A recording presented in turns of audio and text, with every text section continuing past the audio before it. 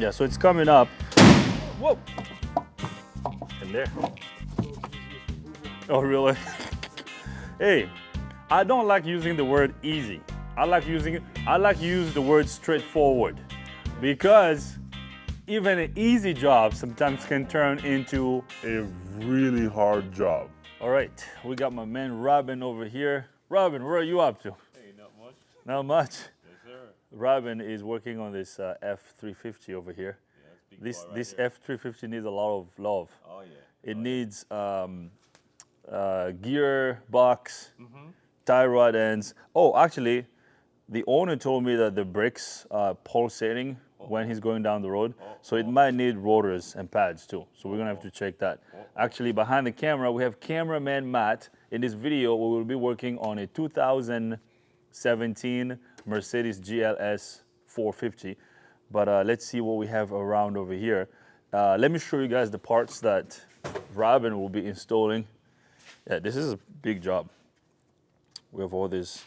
We got fleet, you know, tie rods, tubes. Actually, these tubes, they sent us two. Okay. Yeah, I don't know why they sent us two. We're gonna have to return the other one. Okay. I just ordered one that they sent us two. All right. I'm sure they charged us for two. We're gonna have to return the other one. And this over here is the gearbox. Look at it, it's pretty heavy. Yeah.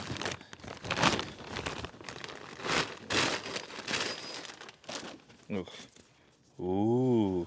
Solid. Shiny. Yeah.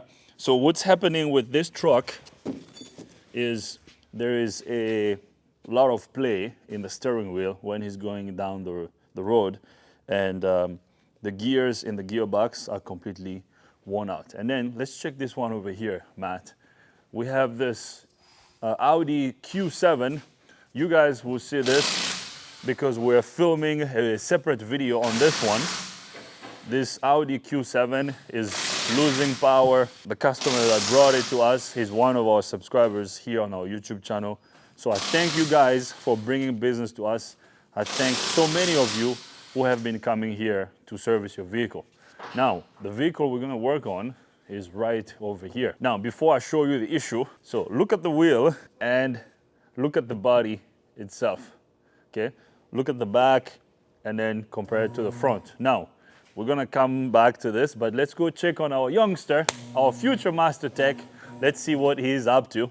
We got Gavin over here. Gavin is working on this sweet Audi. Yeah, what are you up to, buddy? This? The 3.0 A6. Nice. The one I was looking at. Oh, you were looking at getting this one? Yeah. Gavin likes his Audi. How does it feel to work on it today? Nice. Nice? It's supercharged. Yeah, supercharged. So this vehicle is here for a check engine light complaint. Customers told us that the check engine light is on, and it was at another shop.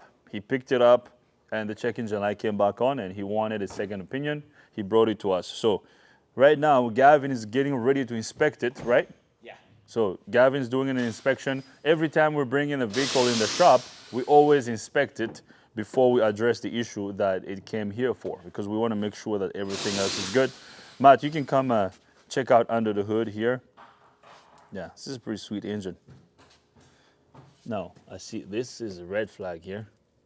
Dark tape, that's no bueno. And then see a little bit of oil over here. I see some blue gasket there. That's Felpro gasket. This is not OEM. I don't know. I mean, we have to scan it. Gavin is going to scan it and see what codes he's going to find. But yeah. That's the second, like Felpro. Felpro. I've seen a leak. Yeah. Well, we stopped here in the shop. We stopped. I'm not trying to knock down Felpro. They make some good stuff. But when it comes to valve cover gaskets, we're stopping to use them because they don't last as long, especially those blue gaskets. As soon as I see a blue gasket, I'm like, oh no. Yeah, remember that Chevy we worked on? You know, it didn't last and it started leaking. So, yeah. Anyways, Gavin's working on this. He's gonna do the inspection and then we will diagnose it together to figure out why the check engine light is on. So now, back to this. This sweet. You can show the tag. I don't think the owner is gonna mind. He's a good friend of mine. So GLS 450 4MATIC, great vehicle. Now the owner told me, can I push this over here? Sure. I don't want it to be in your way, but Yeah, fine. yeah. Clear it. No, actually, maybe let me bring it over here. I feel like we're already starting to run out of space around here. Hey, that's the other 2 days before. Oh yeah. Oh man, I don't know if I should mention it in the video already. Guys, we're talking about a potential expansion. Actually, next door we have 2 huge bays that will be available soon. And I was telling the team about it yesterday, and everybody got excited and like, oh yeah, we need it. To be honest, we do. Because I mean, yeah, we're already running out of room. So we definitely need more space, and we need more space to park all the vehicles. I mean, I'm so grateful, and I'm blessed to have a great team and to have wonderful customers. Actually, just a side note, Matt, come with me, because we need to thank all our many subscribers and friends that have been coming to us. So come with me, Matt. Let's step outside and show everyone how much they have been blessing us with the work. If you can kind of just like show around the shop, see how all the bays are pretty much full right now.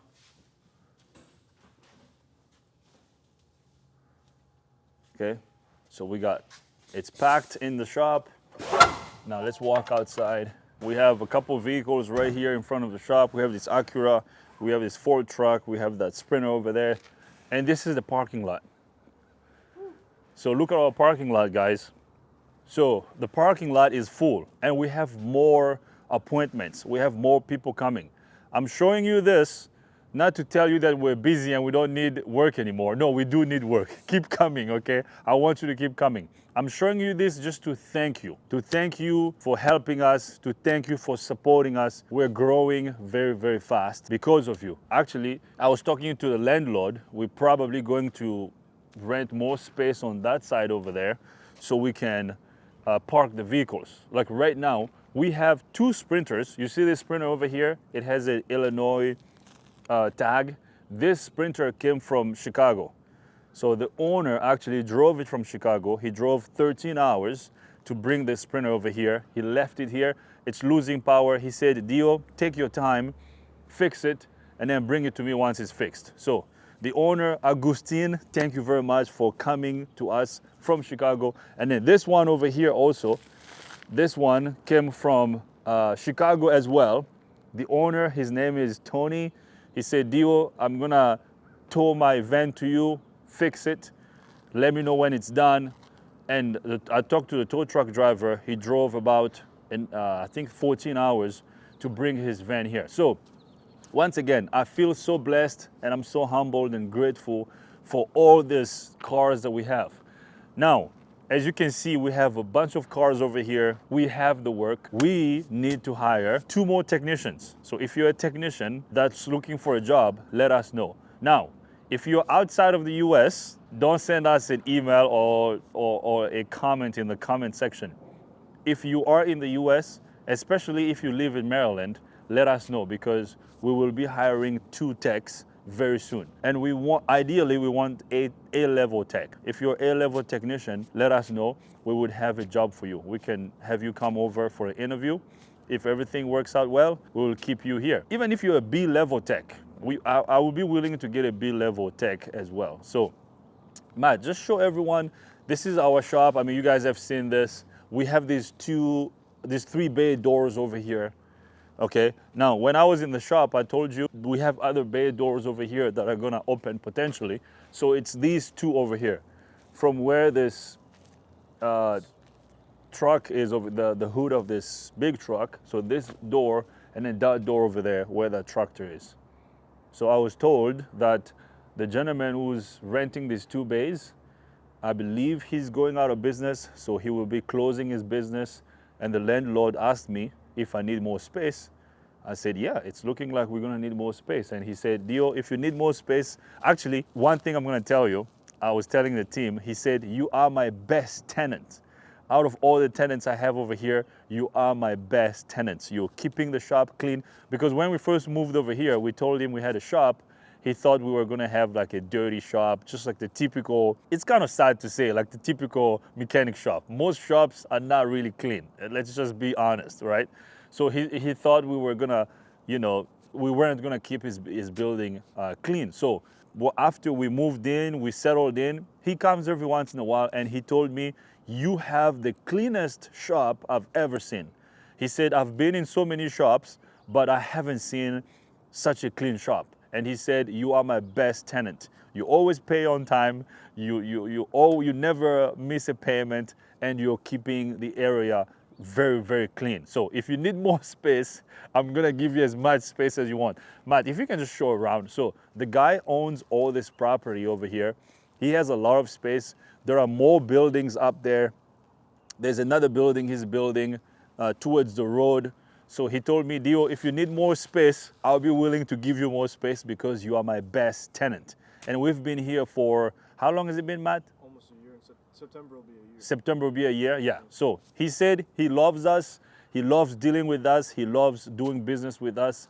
Yeah, I mean, as you can see, I tell the team, the way we present ourselves is very important to me. So we always make sure that we clean after ourselves, we present ourselves well, and I love a clean environment. I love working in a clean shop, and that's how we keep our shop. So these two bays over here might be ours in the future. So if you keep bringing your vehicles to us, we're gonna put more lifts over here. If we get these two bays, we're probably gonna need 4 more technicians. Yeah, yeah. Wow. We're probably going to need 4 more technicians, another service advisor. Yeah, so once again, I'm so grateful to you guys. Thank you, thank you, thank you for helping us. And, the sky is the limit. I'm so excited. I can't wait for the future. Keep coming. What I will do as the shop owner and as the shop manager right now, in the future, I'm probably going to hire a shop manager who's going to take on some of my responsibilities right now. Someone will be managing the shop for us. I'll focus on making videos and making sure that everything is running smoothly. And I would always do my best to be on my A game, if you will, so I can always fix your vehicles properly. We're gonna tell the truth, we're going to be honest and straightforward, and we're always going to fix the vehicles right, and we're gonna charge fairly. So once again, thank you, thank you, thank you. With that being said, let's go in the shop so we can fix that GL 450. We are back in the shop. Let's talk about this vehicle here that we're going to fix. Now, the customer complaint on this was, actually, I know the owner, he's a good friend of mine. His wife drives the vehicle. His wife came home and told him that when he's driving the car feels like a horse going up a mountain on a rocky mountain, basically. It's like, I was like, really? He said, my wife is so mad right now that it's very uncomfortable driving the car. I said, really? So bring it to the shop. So he brought it to the shop. He parked it outside. Actually, he told me, I noticed the back is lower than the front. I said, yeah. So now this has air suspension. As you can see, the ride height is way lower than normal right now. Look at the gap that we have between the tire and the actual body of the car, okay? It looks like the body of the car is touching the tire. Now, it's not really touching, but we don't have enough room over here. Now, let's look at the front. Look at how much room we have over here. Okay.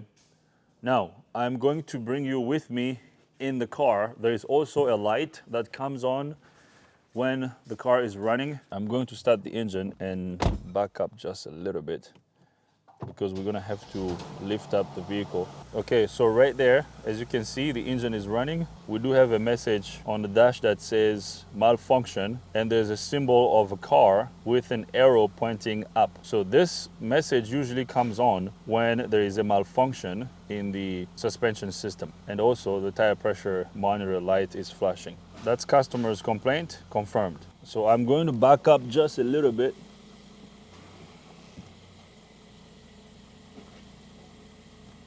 Okay, so that's good right there. I'm going to turn off the engine. Go out, I'm gonna pop the hood. Now, some of you might be wondering, why is the back of the vehicle low like that? Well, let's talk about it a little bit. Actually, it's happening on both sides, not just the passenger side. We have the same issue over here as well. So this side, It looks worse on the other side. yeah, this side is low. Now, since I just started the engine, it might go up just slightly, but this side is worse. I mean, you can see, right?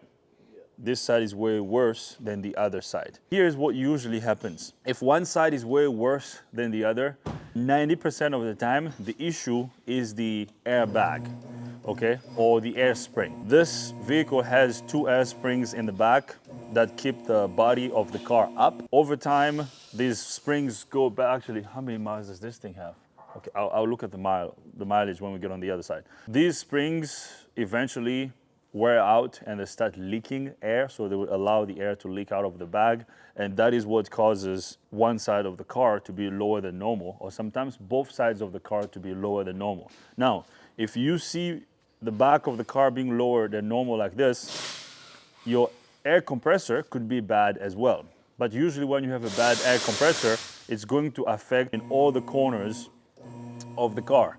But as you can see, the suspension in the front is air too. The front is up, it's just the back. So based on the symptom, I would say it's most likely the air springs in the back. Now, we did do the test off camera. I didn't include the testing that Robin and I did. We were so busy the day we were doing the test, we didn't have time to film. I'm gonna tell you what we did. First thing we did was we checked the air compressor to make sure that it was putting out enough air to keep all the airbags up. We checked that, the compressor is fine, it's putting out enough air. We checked the airbags, so the one on this side is leaking a little bit, it's not holding the air. So the issue is the airbag. I wanted to film the diagnosis process, but unfortunately, we didn't have time. So checking these can be pretty straightforward. You can use a capable scan tool to turn on the compressor and watch the airbag come up and see if they're gonna hold air in them. But if you don't have a scan tool, you can just start the car, let it idle. The airbags will come up. Once they come up, they should hold the air. If after a few minutes the car goes down again, the issue is most likely the airbags. Sometimes you can actually listen around the wheel to see if there's a hissing sound. So if you hear a hissing sound coming from this area, the issue is most likely the airbag. Okay, so Matt, if you can come with me over here, I would like to look at the mileage so I can tell everyone what the mileage is. So the mileage on this car is 129,000 miles, 264. So 129. All right, so now I'm gonna position my lift arms down here so we can lift. Let me see if the adapter is going to fit here. Now, this vehicle, what I like about German vehicles, especially Mercedes and BMW, they do have lifting points. Okay, so there's this lifting point over here. I'm gonna put my arm pad right there, my lift arm pad. So we're gonna do the same thing over here. I'm just gonna put it under that pad right there. So nice. Now let's go on the other side. Okay, so we're gonna do the same thing here. Some of you ask me, why do you have to wear knee pads? Okay.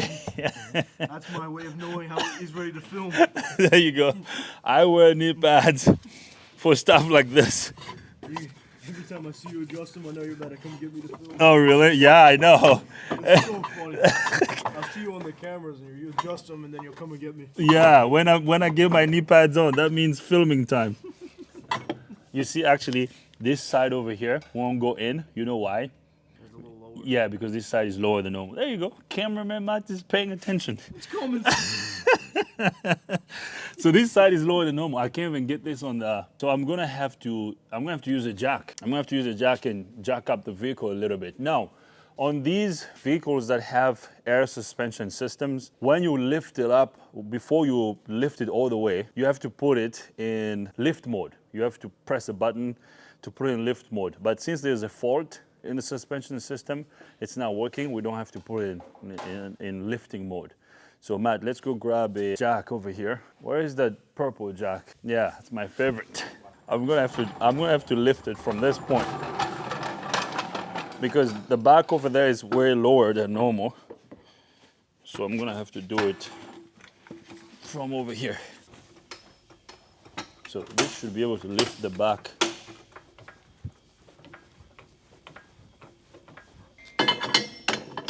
let's position this one. Okay.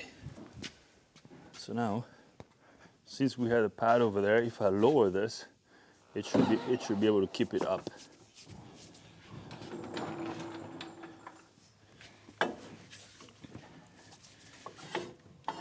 There we go. Okay. You see that, Matt? All right. I'm gonna push my jack over here out of the way. We have positioned our lift arms under the vehicle. Now we are ready to lift the vehicle. Now, when you lift the vehicle, and especially if the suspension system is not in lifting mode, the air suspension can activate anytime. And if that happens, we're gonna have air everywhere because we're going to disconnect the air lines that go to the air springs in the back. If the system activates, that can cause some damages. So you can get hurt by that. So to prevent the system from coming on while we're working on it, we're going to remove the fuse that supplies power to the air suspension. So that fuse is inside this fuse box, okay? We're going to remove this pink 40 amp fuse. So I'm gonna pull it out. There's a little locking tab over here. We're gonna push this back and then pull this. There we go. Okay, so I'm just gonna put it right over here. So removing this fuse will prevent the suspension system from activating while we're disconnecting some lines, okay? So now, let's lift up the vehicle, okay? So we positioned the arms, so now we're gonna lift up the car. Now, removing this air spring is pretty straightforward. It shouldn't take us too long. All right, so now we're going to remove the wheel. Now, the lug nuts on this car are 17 millimeter nuts. Sound of power. The sound of power, baby. All right, let's remove the wheel. I don't know why these Mercedes wheels are always very heavy. You know, the rim is aluminum, but they're really heavy. Here comes the wheel. Oh, dang. Do they have something special inside the tire? Or? I don't know. No, I don't think so. It's just a thick aluminum wheel. They're always, yeah, I guess good quality, yeah. Oh, there's your problem, sir. Look at it. Oh, yeah. Yeah. What do you think, cameraman Matt? Gavin, come take a look at this. How does that look to you? Does that look good? Is that good or bad? That's terrible. That's terrible? It's supposed to be down there. It came off. Yeah. Ow. Probably got Explains why the car was bouncing around. Yeah, that's why it was, you know, bouncing. Why are you laughing? Cameraman Matt is laughing at me. All right, look at this. Yeah, so guys, if you see this, this is definitely a air spring issue, okay? This air spring is completely defective. Now, you might ask me, why did it go bad? I don't know. Is it attached at the top too? Yeah, there's a little clip. There's a plastic clip that holds it to the body. So we're just gonna pry it down and it's gonna come out. So I wonder if it just detached or if it actually has a hole in it. Well, it's not supposed to detach because the air is what keeps it in place. You know what I mean? So when it starts leaking, you see all this, usually what happens, you see, look at these cracks over here. This is what I usually see, yeah, dry rotting, yeah. It would dry rot and then start leaking. And then when the air comes out, because nothing is holding it on the bottom. So the air comes out and then it pushes up. Yeah, that's usually what happens. Yeah, so right here, I'm gonna push this back like that. Okay, now the air line is, we might have to disconnect the air line first. So here's the air line. You're gonna have to come down here, Matt. So this is the air line that supplies air to the air spring. So I'm going to disconnect this. We need a 10 millimeter wrench to do that. I'm gonna grab the wrench. I'll be right back. I got my 10 mil, but Robin is telling me that this truck is going to need brakes too. Yeah, that one is. Whoa. I'm taking this one. Look at the rust. Now, the owner knows about how rusty this truck is, and we've talked about this. This owner, he has become a regular customer. Okay. This is not the first time we're working on this truck. right. I think the first time we worked on it, we also showed it in, Oh yeah, the one with the shocks that were. the shocks were completely, yeah. Yeah. So I talked to him, he said it's a farm truck. Right. He loves it, his dad actually uses it, so his dad really loves the truck, so they don't want to get rid of it. Oh. They want to fix it. Yeah, he told me, Dio, even if it's rusty, let's do as much as we can. We just want it to be safe. We want to make sure that it's going to stop around the farm. Right. So they brought it back. They wanted us. Remember, actually, we replaced the cooler lines Yes. last time. Yes, it We didn't film it, but you see these cooler lines over here? Yeah, these are transmission cooler lines. Transmission fluid cooler lines. They were leaking. We changed them. Yes. So this is the third time this truck is coming to us. Got it. Yeah, and we talked about the rust since the first time, and they told me they're not going to get rid of it. They want to fix it and keep it. So I guess it's been around for a long time. Yeah. So there's kind of sentimental value. Yeah, there you go. I got it. Sentimental value to them. I think Yeah. they grew up driving this truck, and they don't want to get rid Oh, of it. got it. So, got it. yeah, he said whatever it needs, if it can be fixed, fix it. Yeah. So now, look over here, Matt. The rotor. Look how bad this rotor is. Yeah, I know they're gone. Yeah. And then you're saying The what else? caliper, and that one's seasoned. The caliper is seized on the other side. The other side. So the caliper is stuck. Oh yeah, look.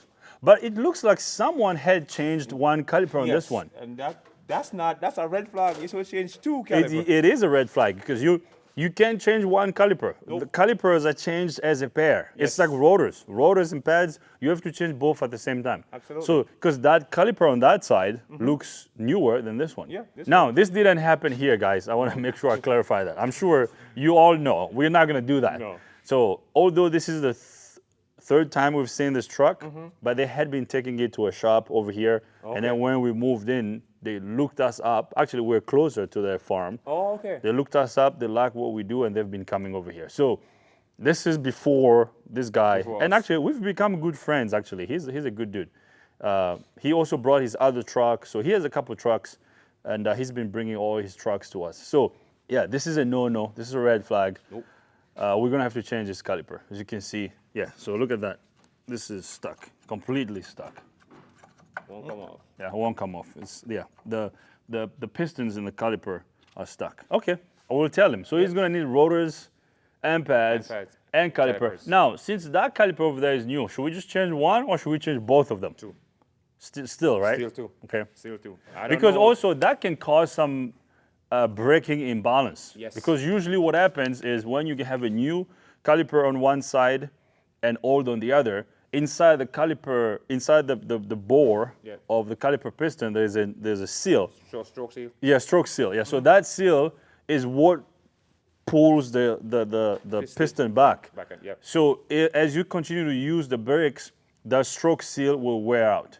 So those stroke seals should be wearing out evenly. Yeah. If one is weaker than the other, one wheel will be grabbing faster Yes. than the other, Yes. and that's going to cause some brake imbalance, and that can also cause the vehicle to pull. Absolutely. Because when you brake, if one side is grabbing faster than the other, Yeah. it's going to pull on the opposite direction. Yes. So yeah, you're right. We got to change them. Yep. Yeah. So I'm Because I'm checking the wear now. you're and checking see- the back? Yeah. Because here we just don't change parts, but we make sure that as we're recommending parts, we have to make sure that the customer needs them, and it's also for the safety of the vehicle, Yep. of them basically being safe driving the truck. Yeah. Yeah. Yeah, it's all safety around here. And you know what? Knowing how rusty this is, we should change the hose too. Yep. I would change the hose. Yep. Yeah. Because I've seen these hoses break internally. Yeah. And sometimes they cause a restriction, so they prevent. Because when you step on the brakes, the caliper piston goes out. Mm-hmm. You release, the piston comes back. So the fluid in the caliper is supposed to travel back slightly to the master cylinder. And you know what? As it says such much, I think we should cut open a brake line and show that it's not what you see on the outside. It's what's on the inside. The inside yeah. line. Yeah, maybe we should make a separate video Yep. about that, okay? All right, so keep doing your thing, brother. Thank you, man. All right, so back to this. All right, so let's lift this up. Let's go all the way up. All the way up. I'm all the way up. I'm Come all the way up, cameraman Matt. All right, look at this. Ooh. Very bad. All right, so we're gonna undo this line over here. Now, it's recommended to change the fitting on the line when you're changing the air spring, but if the fitting is not leaking, you don't have to change it. I'm sure the new one will come with air fittings, but this one is not leaking. We can reuse it if we want. Now, I have already ordered new air springs for this car because I knew that's what it needed. So once we take this new air spring, once we take this old air spring out, we should be able to install the new one, and that will fix it. Matt, do you think it's going to be fixed after we change the air spring? You think it's going to be a smooth ride after that? All right, so we got this disconnected. So now, nothing really, I shouldn't say nothing. There is a clip that holds the top of the spring on the body. So what we have to do now is we have to use a pry bar and pry the air spring down, and then we should be good to go. Now let's check this one over here. All right, Matt, you see how it's supposed to look? Actually, there's air in this one. Okay, try to hold this one over here. Oh yeah. Yeah, you see how solid that is? Yeah, that's how it has to be. But if you look closely over here, you see these small cracks on it, dry rotting. I don't know if the camera can pick it up. See all the dry rotting? Okay, so although this one is holding air, it's recommended to change both of them as a pair. Don't just change one. If one is bad like this, change them together. We don't change one, we always change two, okay? So, although this one is holding air, it's not leaking, I'm changing it. We're gonna change both of them, and after that, we should be good to go. So now, I'm going to lower the vehicle. So always change two. What do you think, Robin? You think that's a good idea to change both? Yeah? Yeah. Oh, really? You want to show me something? Uh-oh. Okay, hold on. Let me remove this air spring. Okay. And then I'll be right with you. Okay. You have to come off, or is it just you can change it from there? Oh, I can just change it from here. Oh, really? Yeah. Yeah, I think I said it's pretty straightforward. So I just need to pry this like this. Yeah. So you just need to pry that. I hope you guys saw that. We're gonna push it in. And there. Easiest removal. Oh, really? Hey, I don't like using the word easy. I like to use the word straightforward, because even an easy job sometimes can turn into a really hard job, especially when things get stuck and everything. So look at this. Let's look around and see if we can figure out why it wasn't holding air. I mean, it's leaking from here, but I mean, look over here. This is a pretty big line. See right there, and there's another one over here.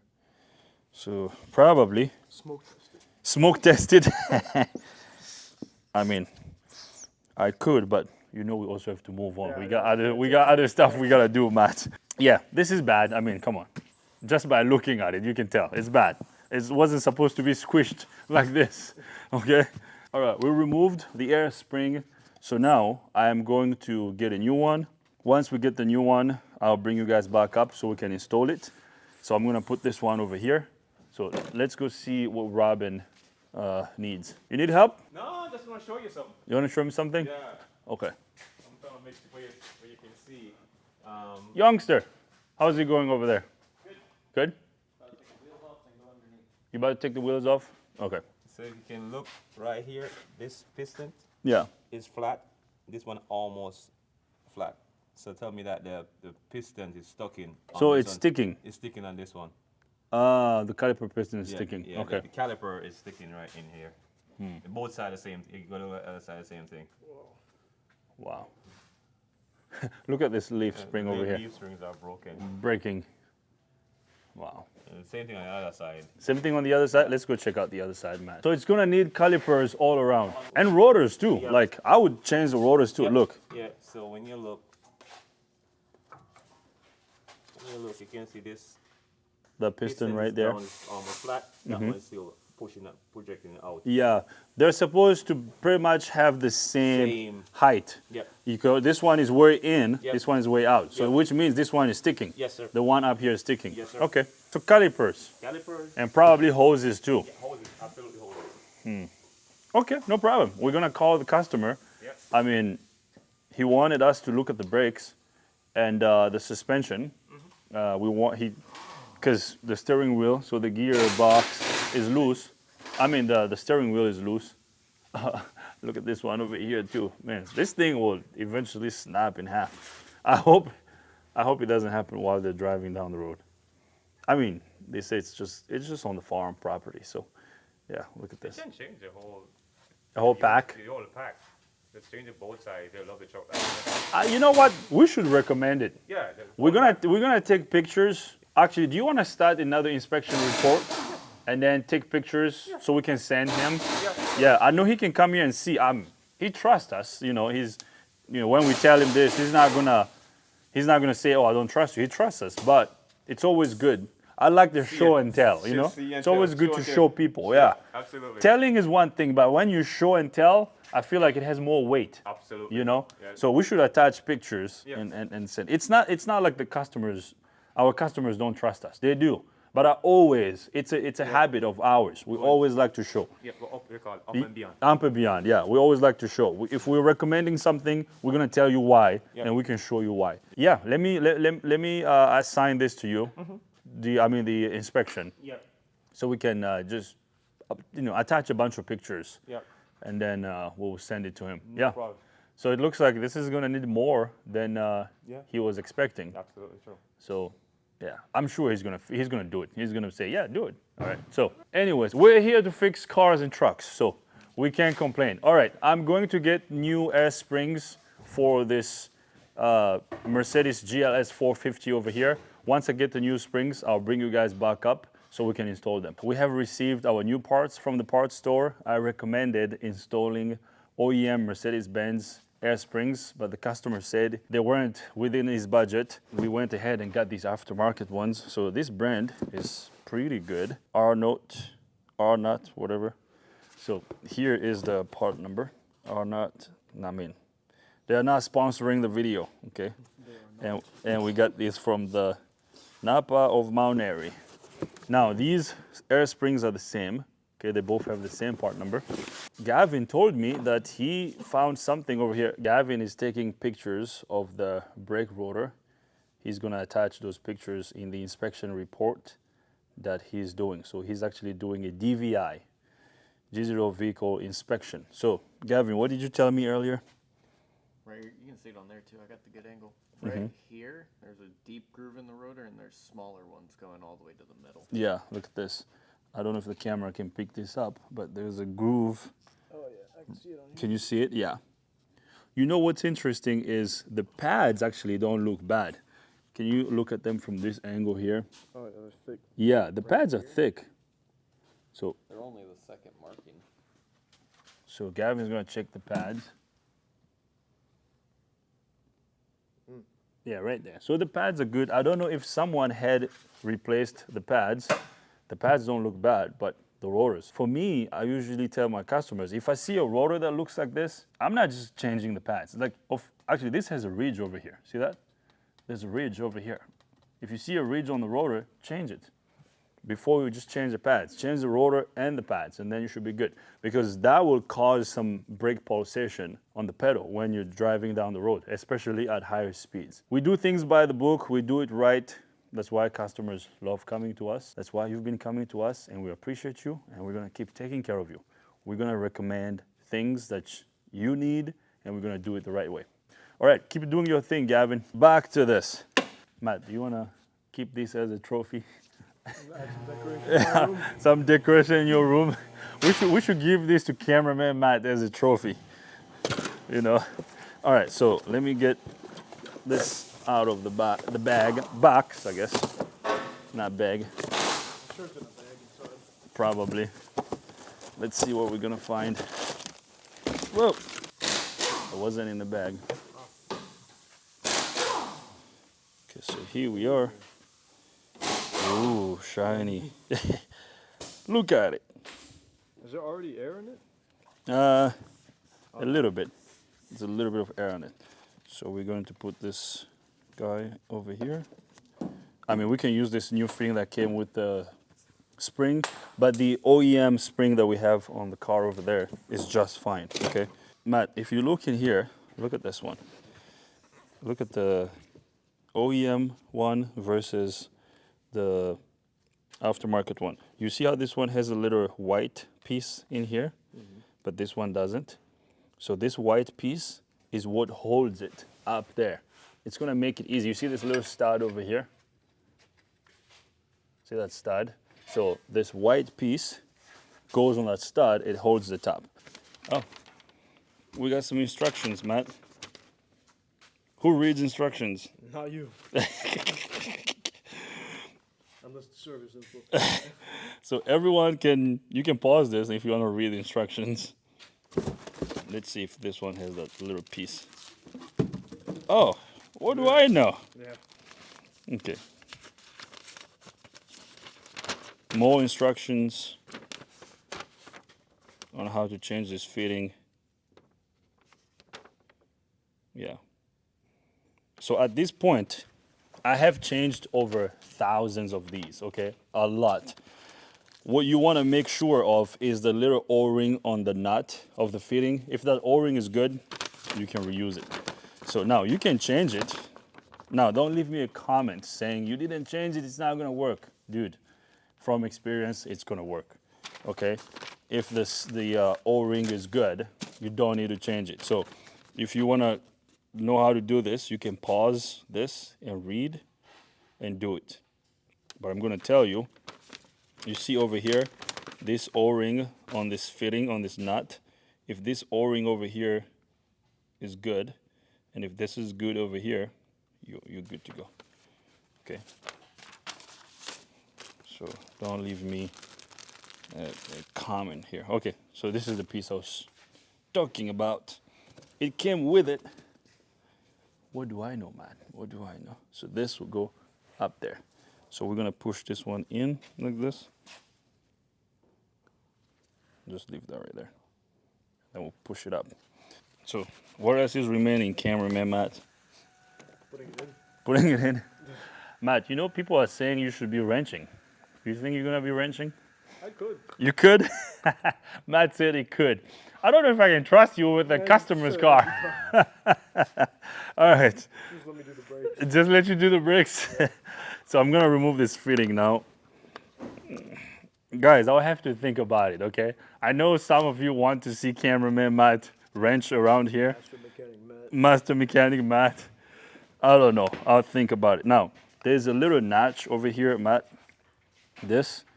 Actually, let me show you down here first. See this? See how it's round and there's this little, see it? Yep. Little notch right there. So this is supposed to go in there. Yeah, so it only goes in one way. So I'm gonna push this. Push it down. There we go. So we're gonna line this up. We are lined up down here.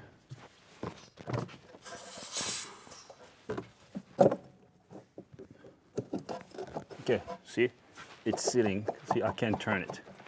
See that? That's lined up right down there. And then I'm gonna line this up over here. Can you see? And then, oops, I went down. That's okay. Yeah, I just need, it's gonna fall, that's right. I just need to make sure that it's up there.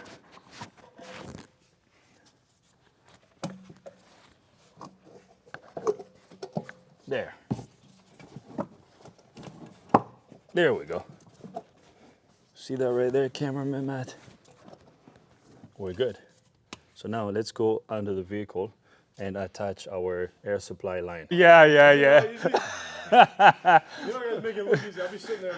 Guys, probably. do you know what Matt is saying? Matt is saying it looks easy to do the brakes. You know, when you look, things tend to look easy always. Really? But then, when it comes to doing it, but I think you should be able to. I'm just giving you a hard time. But I'm sure you should be able to do like brakes, even oil change. Gavin's shaking his head. Gavin is like, no, we can't trust I you. feel like I can do it. faster for some reason than this. Oh, really? Gavin, Matt is saying he can do it faster than you. Being delusional, Oh, man. Be careful what you're saying, Matt. We might try you soon. You know, we're gonna put you to the test. though. You can make me the brake person. Yeah, you're gonna be the brake, our brake guy. Okay. So the hole for the airline is over here. So now we're going to connect this line over here. Now we have to make sure that the nut is straight. We don't want to strip it. If you strip it, you're in trouble. You gotta change it. You gotta buy another one.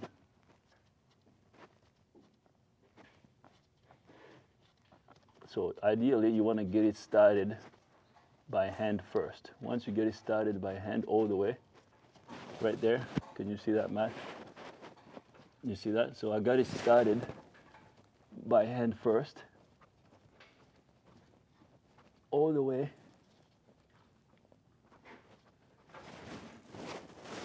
And then I'm going to tighten the nut, and then we should be good to go.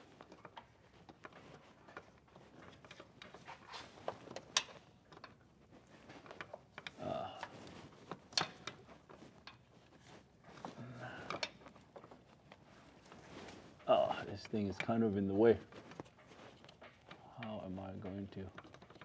I need a shorter, tiny little 10. Let me get this wrench is too long. Let me get a shorter 10 mil. I'll be back. I need this short baby 10 millimeter right here.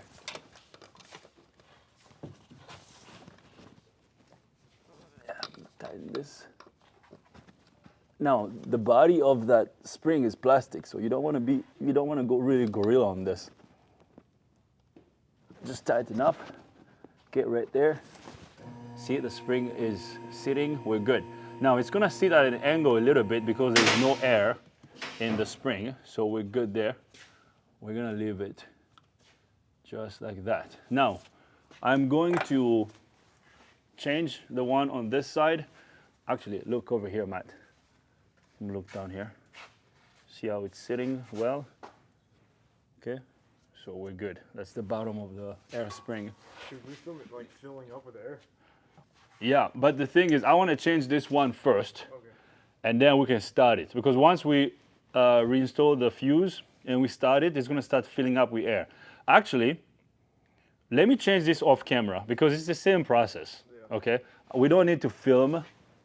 Actually, maybe you can just film me letting air, because this one is holding air, letting the air out. So what you need to do is, you're gonna crack this guy a little bit. You're gonna crack it slowly. You're gonna crack this nut. Eventually, air will start leaking out. You'll hear it. It's probably a lot of air. Yeah. Pressure. You hear it? Yeah, see? So right there, I'm gonna push that line up. So as you can see, air is leaking out. So I'm just gonna hold it up like that until all the air leaks out. And then I'm gonna remove that nut all the way. And then we're gonna do pretty much everything we did on the passenger side. It's the same process. We're gonna take the tire off, pry the spring out. We're gonna install the new one. And then we'll bring you guys back up. So I'm gonna do this off camera, okay? After I change this one, I'll bring you guys back up. Cameraman Matt wants to show you how they're gonna go up. Because after we change the springs, we're gonna start the engine. The air compressor is going to come on, and then you'll see the airbags like filling up. So let me change this one, and then I'll bring you guys back up. I have replaced the air spring on the driver's side. I'm gonna show it to you. Here it is, okay? So new air spring on the driver's side, and then new air spring on the passenger side. So we got two new air springs in the rear. Now, the next thing we need to do is we have to put the tires back on, lower it, start the engine, and the air suspension is going to come on, the compressor is gonna come on and fill up these air springs. Now, you can do it like that, or you can connect a scan tool to the vehicle, and we have a couple of scan tools here. We have a capable scan tool that can turn on the air compressor and fill up these air springs. Now, I understand that some of you do not have those scan tools, so we're gonna stay low tech. I know some of you tell me, Dio, you say you're gonna stay low tech, and then you bring out the Zeus or the Autel Maxuses. So I'm not gonna use the scan tool. What I'm gonna do is I'm gonna put the wheels on, although Matt wanted to show you when the springs were going to be inflated. What we're gonna do, Matt, is we're gonna put the tires on, we're gonna lower the car, because the wheels have to be touching the ground for the air system to come on. Because right now, there is a ride height level sensor over here. You see this over here? See this little sensor and this little lever? So when you lower, when the vehicle is touching the ground, this control arm is going to get pushed up, which is gonna push this lever up. That's how the computer knows that the vehicle is sitting on the ground, and then it's going to turn on the air suspension system and fill these up. Because right now, this lever is down. If we start it, it's not going to come on. Yeah, that's how it knows. So if we do it now, we're going to have to use a scan tool to fill up these air springs. If we just start it, the air compressor is not going to come on. So I'm going to put this wheel, the wheel on the driver's side on, off camera. Then I'll bring you guys back up so we can put this wheel on the passenger side on camera. We're gonna put it on, and then we're going to lower the vehicle.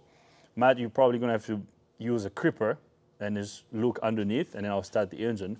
We'll see how the air springs will come up. Okay, I think that would be pretty cool to see. So let me put this wheel on, off camera, and then I'll bring you guys back up. All right, so now we're going to put the tire on this side. So we have this wheel start pilot pins. I love these pins. So what you do, of course, the Germans, they like to put bolts on these wheels, and these wheels are very heavy, okay? We don't have lug nuts on these ones, we have bolts. So we're going to put this pilot pin over here, because if you don't have this pilot pin, it can be a little bit painful. You see how everything looks over here? New spring, ooh, shiny. All right, so now let's install the wheel. Matt, this is heavy. It's a heavy tire. You wanna lift it for me? No? Oh, come on, Matt. You don't go to the gym, so this should be your workout right here.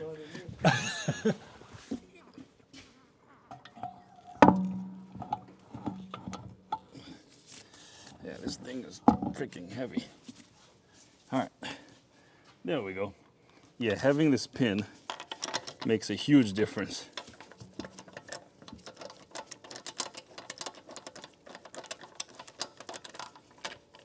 There we go. We're gonna install all the bolts.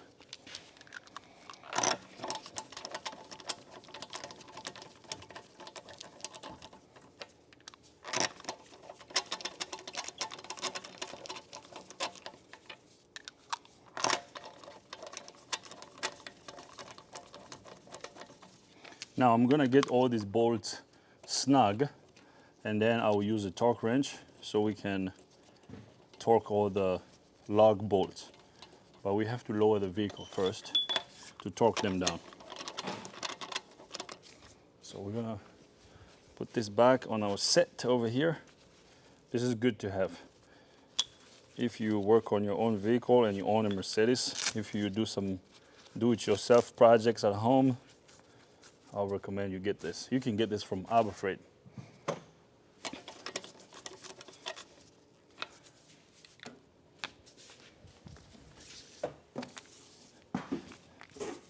Okay, so we're gonna get these guys snug.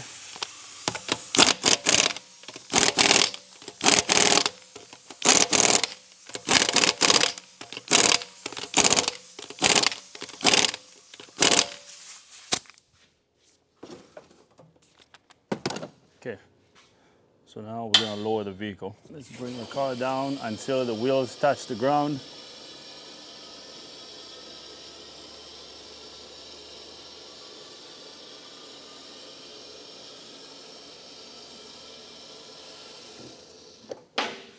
Let me grab a torque wrench. So we got the wheels touching the ground. I'm gonna use a torque wrench to torque the lug bolts.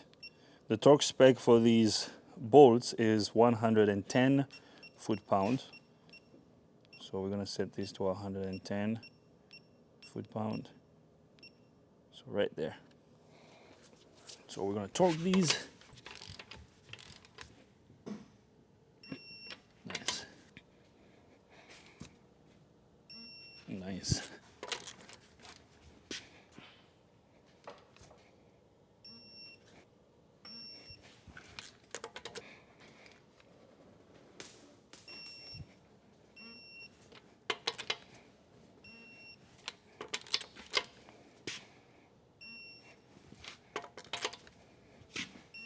All right, so we have torqued all the lug bolts. So now I'm gonna lower the vehicle all the way. Let's bring it all the way down. Okay. Remember what we have to do next? You don't remember. You gotta put the fuse back on. Okay, fuse gotta go back on. All right, so now I'm gonna go in the vehicle and start the engine. So Matt, you're going to, actually come here with me first. So I'm gonna go in the vehicle and start the engine. So once the engine is running, the air suspension will come on, and then the air compressor is gonna start filling up the rear air springs. So I'm gonna start the engine now. All right, I'm gonna start the engine now.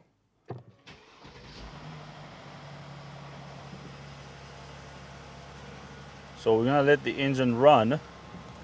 So the air system should start going up soon. No, it's not going up. Hold on. Let me turn it off. I'm gonna start it again. I mean, if it doesn't, we might have to use the scan tool. There's probably a fault code in the suspension system.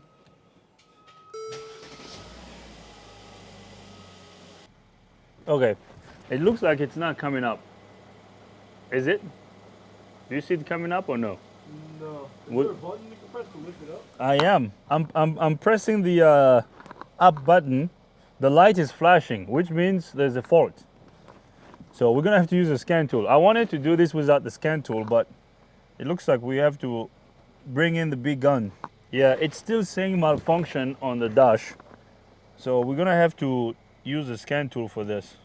So here's what's happening in the vehicle. The engine is running. I thought the air suspension system was gonna lift up the vehicle. So it's saying raising, but it's still saying malfunction. And this light over here is blinking, okay? So I go through the different settings right here. Okay, this light is blinking. So this light blinking means there is a fault in the system. So what we're gonna have to do is we have to use a scan tool and clear the codes, and probably use a scan tool to raise this up. Because when I press this, nothing is happening. I don't think you're clicking the right one. I was clicking this one. Oh, click it. It's gonna start blinking, see that? So I it wonder if you have says, to, like, hold it. it says raising, and then it says malfunction. Huh. Yeah, so let's use the scan tool. I'm going to turn off the engine. I'm gonna get the scan tool connected, and then I'll bring you guys back up. I wasn't planning on using it, but I have to. So I'm gonna plug in the dongle here. I'm gonna turn the key on.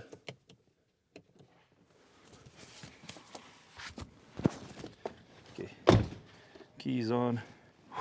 All right, let's see what we got. The dongle hasn't started communicating yet. There. So a vehicle has been identified. I mean, I believe if you don't have a scan tool and you do this at home, you could drive it and see if it comes up. Or you can disconnect the battery and wait for about 10-15 minutes, connect it back up and start it. That should be able to help.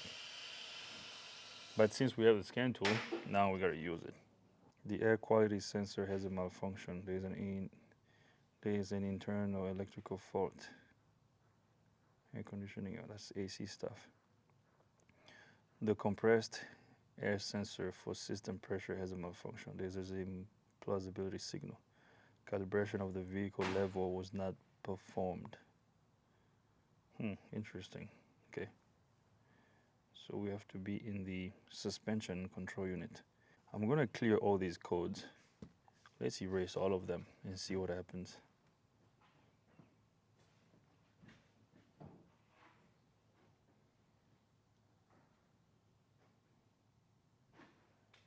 Calibration of the vehicle level was not performed. So let's go into the suspension system.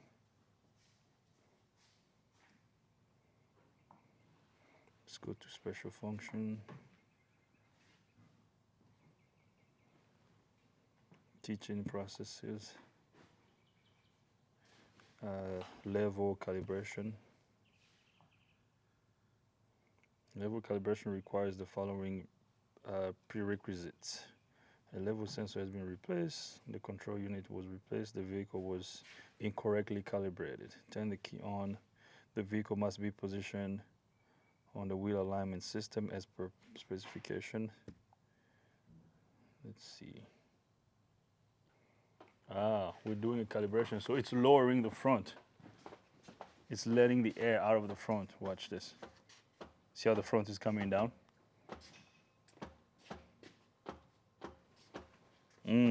Because it has to be calibrated because the front was up while the rear was down. So it's going to lower the front. Since the back is already lowered, now the AC compressor is going to come on. Can you hear it?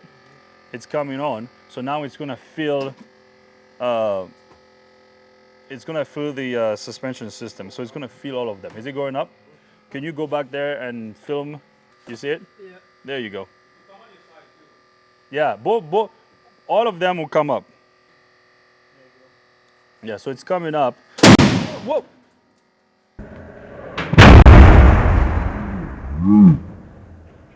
Yeah, so it's coming up.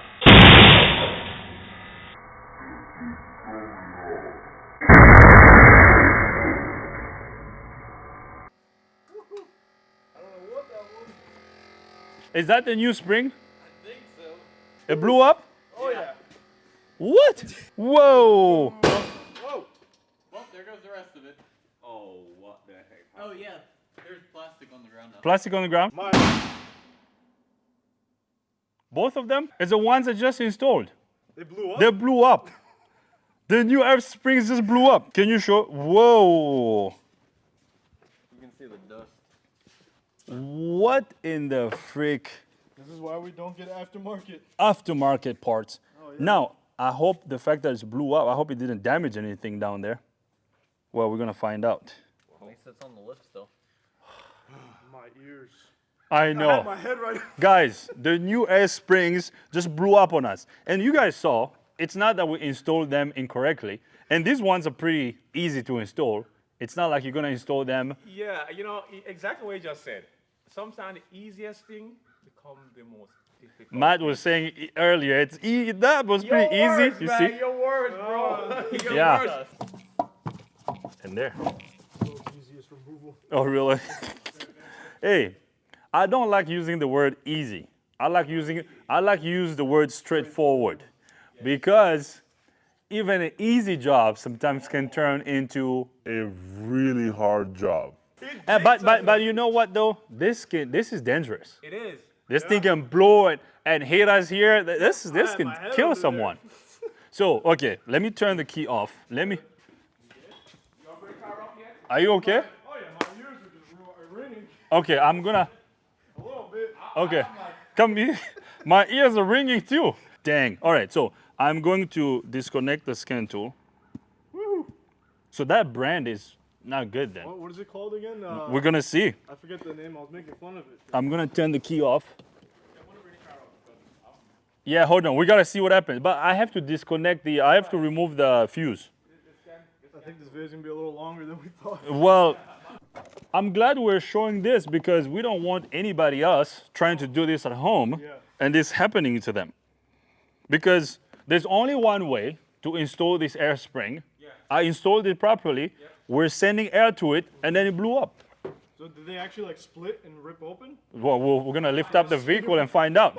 So now I'm curious to see how they look. Let me remove this fuse. Guys, that's dangerous, you know. That is definitely dangerous. Yeah, it was a good thing we didn't have it lifted up and you were filming it lifted up. Yeah, okay. We can put this on it. Okay. I'm not using it anymore. All right. You want to lift it up now? Hold on. Yeah, go ahead. You can put the light on. You wanna put the light on? Let Gavin put the light first. I'm not using it anymore. Yeah. What the heck? Yeah. All focus is on this car, right? Dang. All right, so lift it up. Let's see. I hope it didn't damage a bunch of things. But you know what? We're gonna call the supplier. Yeah. We got this from Napa. If there's any damages, they're gonna be responsible for that. So it's this. What's that? I see pieces. You see pieces? Yeah. It's this freaking brand over here. That's crazy. We're not using it again. Yeah, we're not using that again. No, heck no. Yeah. Oh, it broke the sensors too. Oh yeah, I see them. It broke the sensors. It broke that level. All sensors. Oh yeah. You can see one right in the middle. Yeah. It broke the sensor. Here, man. Oh man. You want me to stop now? Take the wheel off? Uh-oh. You want me to stop now? Man. And the thing is, here's the thing. I talked to the customer, my friend Sam. I talked to him, I told him, dude, let's put OEM on this one. I actually sent him 2 estimates, one with the OEM and one with the aftermarket. He was like, OEM is too expensive, it's not within my budget right now. You think it's gonna work? I told him, well, I'm gonna recommend the OEM one all the time. But this one, I mean, I don't know. He said, please use aftermarket because, you know, OEM is too expensive. Now we It just, wasn't even raised all the way because when I looked up under, it wasn't all the way up. By the time I got under and looked up, so they blew up before it was even fully raised.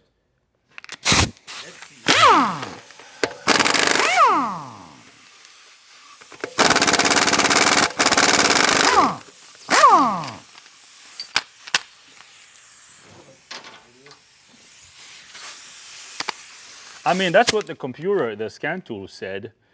It says you have to level the engine. I mean, you have to level the vehicle. So it's gonna bring the front ones down, the back ones were already down, and then it's gonna lift all of them together. So have you used that scan tool to To lift up the, calibrate yeah, these before? But it was OEM you calibrated. yeah, yeah. Sometimes I have it, And blows up when he has it parked outside, that's true. and his wife drives this vehicle. His wife drives, yeah. So I'm we know glad, what happened with his wife. I like what Robin is saying. We're glad it happened over here. Yep. Can you imagine if we deliver it to the customer and then he's driving, I mean, his wife is driving, and then, It probably would have happened as soon as he left and hit the truck. I know. So, this is why we recommend OEM stuff. Yeah, absolutely true. Cheap stuff sometimes ends up being more expensive because now I see the wiring of the sensor is probably damaged also. I don't see any brake fluid, so the brake hose didn't get damaged. Got it? Yeah. So the tire is off. Let's see what we got. So right here. So this is a part failure. See this? So it looks like this. So air started going into it and it just came off. See right there? Okay, so it's split. Okay, so this is not, do you want to zoom out a little bit and show this whole area? Yeah, look at that. So this piece just came off. Yeah, bad part. It looks like it damaged the stud on this thing too. Yeah, it bent the stud. Yeah. I mean, we might be able to bend it back. Hopefully we can. I can gently bend it back, but... Okay, let me lift it up. Can you still see? So the airline is now broken, so that's good. Do you give me The wrench? give me your 10 millimeter? I'm gonna disconnect. Yeah, so it's split right over here. See it, Matt? Yeah. This is a parts problem. Oh, man. This is why they say cheap is expensive. Not jinx us, not going to work. That was crazy. You know, I tell you, This can be very dangerous. Like you can really get hurt by this. Yeah. Right here. And didn't even rip. It just came out of the. Yeah, it came out. Wow. Yeah. So bad quality. Like, look at the old one. OEM. OEM. Yeah, can you extend it all the way? Hold it, Gavin. Yeah, see that? This, yeah. OEM. And you even see, look how big this bottom diameter is versus this one. See the difference? Yeah. So bad part. Bad parts. Both of them were bad, right? Yeah, bad parts. Yeah, both of them. Bad parts. So guys, don't use this. Otherwise, don't use this brand. You're gonna end up in the same boat as we are right now. Yeah, bad part. I mean, this is pretty straightforward. It's not rocket science. It's pretty straightforward to replace. Yeah, so air got into it and then it just split. What do you think, Gavin? Like Are you the- scared? Are you still? Gavin's still in shock. right now. You're in shock. I was right next to it. Yeah. Gavin is still in shock. Are you okay, buddy? Because you can look. Oh, wait. Let's do a check. How many fingers do we see here? 20. Now I'm worried about that. Man, okay, now look at this, Matt. Ah, dang. So this is bent. See this bracket? This bracket over here is bent. Look here. This thing goes on. Okay. Is this broken here? Yeah, the sensor's broken. Sensor definitely needs to be changed. See that? Yep. So luckily the wire is not broken, but the tabs on the connector broke. I mean, this bracket, we can kind of bend this back. And so we have to get a new sensor, new linkage, and then make it work. I mean, the line is okay. So line is fine. This is the sensor wiring, the brake hose and everything else. Brake hose is fine. So it's the level sensor. Level sensor is defective, and the bracket for it is bent too. Okay, all right, so let's go remove the one on the other side. Let's look at both of them. So Rob is gonna remove the wheel. Now we're all curious. What are we gonna find? Ooh. Well, but luckily the damage is not too bad. Got it? The damage is not too bad, so Ready? careful. That tire is heavy. All right, let's see if they split in the same spot. See? Did it? Or did it actually burst? This one, it felt like it burst. Oh, this one burst. Yeah. The good thing is the lines did not break actually. Did that stud bend too? Yeah, this side is bent a little bit, but we can. I mean, we should be able to just bend it back. Oh, wow, look at that. Yeah, this thing is completely ripped apart. Let me disconnect this guy. Oh, dang. Freaking aftermarket parts. Now, guys, I don't want anybody leaving us a comment in the comment section saying, oh, maybe you didn't install it properly. I've done this. I've done, I don't know, countless, numbers of these. Over 200 of them, okay? And to be honest, I've never had these happen to me. I've seen this happen to other people, not me, yeah. Because, usually we always get OEM ones. And then this one, when I was installing this, I talked to my Napa people, and they told me, yeah, this brand is pretty good. Wow. Look. And this is shot. Wow. Yeah. Insane. It's crazy. Crazy. Yeah, look at that. Okay. Now, Wow. Matt, come show here. So same thing happened over here. Oh, that one broke. Levels. Let me come under here. Oh, wow, look at the pieces. Yeah. Yeah, look at all the pieces of the sensor that broke. So look over here. Level sensor completely destroyed. This bracket is not bent too badly, but yeah. So we're gonna have to get a new level sensor, new linkage, bolt. The wiring looks fine. This one looks broken here. Broken? Yeah. Okay. Uh-oh. We're gonna have to fix the wiring too. All right. I mean, this is a potentiometer. It shows the position of the control arm and the whole body of the car, whether it's up or down. Right. Yeah. All right. All right. There you have it. Big old hole. Don't use aftermarket air springs on your Mercedes unless you know it's a really good quality aftermarket spring. I mean, I was told this was good, but Look at the hole. yeah. Put these ones back in the box. I'll call my friend Bob. I'm gonna tell him about this. We're gonna talk to our local Napa store. I'm sure they're gonna warranty those sensors. I'm gonna talk to our sales rep, Bob. I'll tell him what happened. They will have to warranty this. I'm gonna call the customer and tell the customer what happened. He's gonna have to buy OEM ones. I mean, they're not cheap, but we gotta do OEM. So let's go to the office. Let's call the customer, tell the customer what happened, and we're also gonna tell our friend Bob what happened. So now let's go to the office. All right, so we're getting ready to call the customer, and we kept thinking about how I installed those air springs. Because as far as I remember, when you install those air springs, you have to make sure that the spring is straight and is sitting all the way on the control arm, which I made sure of. And for the scan tool to air up all the air springs, you have to get the vehicle on the ground, okay? And then it's gonna do a leveling test.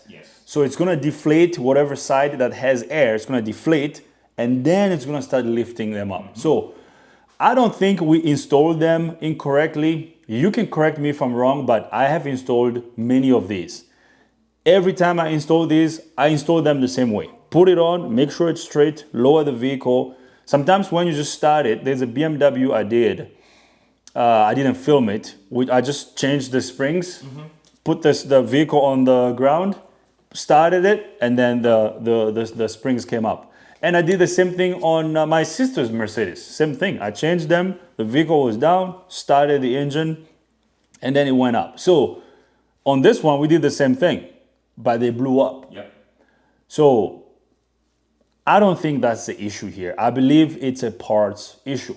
What do you think, Robin? I absolutely believe, because I can go up and beyond what you're saying, because I did a test on that vehicle with the same scan tool, with the original old ones. I said tell the company to level the suspension, and it did inflate all of them. All of them, yeah. Deflated and inflated, no problem. Yeah. No explosion. Yeah, so Robin is talking about when we were doing the test. In the beginning of the video, I mentioned that we tested the system and we did it off camera because we had so much going on, we didn't film it. Right. This is when we were doing the test to figure out why the back of the vehicle was going down. sagging. So why it was sagging. And then we realized that it was the rear air springs. So luckily, the damage isn't too bad. It's just those level sensors and the linkages. But as this happened, although we're gonna fix it, but I'm trying to figure out what happened so we can prevent this from happening in the future. Absolutely true. I mean, I don't think you did anything wrong in installation. I just think is a defective parts. It's different, yeah, that's what I think too. Because the other thing we could have done, just hypothetically, I'm not saying that's how it should have been. The other thing we could have done is raise up the vehicle Like 2 inches off the ground. 2 inches off the ground. Yeah. But the thing is, if you do that, that's going to void the test on the scan tool. Because if you raise up the vehicle, the linkage on the sensor is going to go down. So the engine computer is going to know that the sensor is not, the vehicle is not on the ground. Yeah. Then it's going to stop that test. Yeah, that's true. You know? Yeah, that's true. Because maybe if you raise up the vehicle, you get the wheels off the ground. Maybe that can help.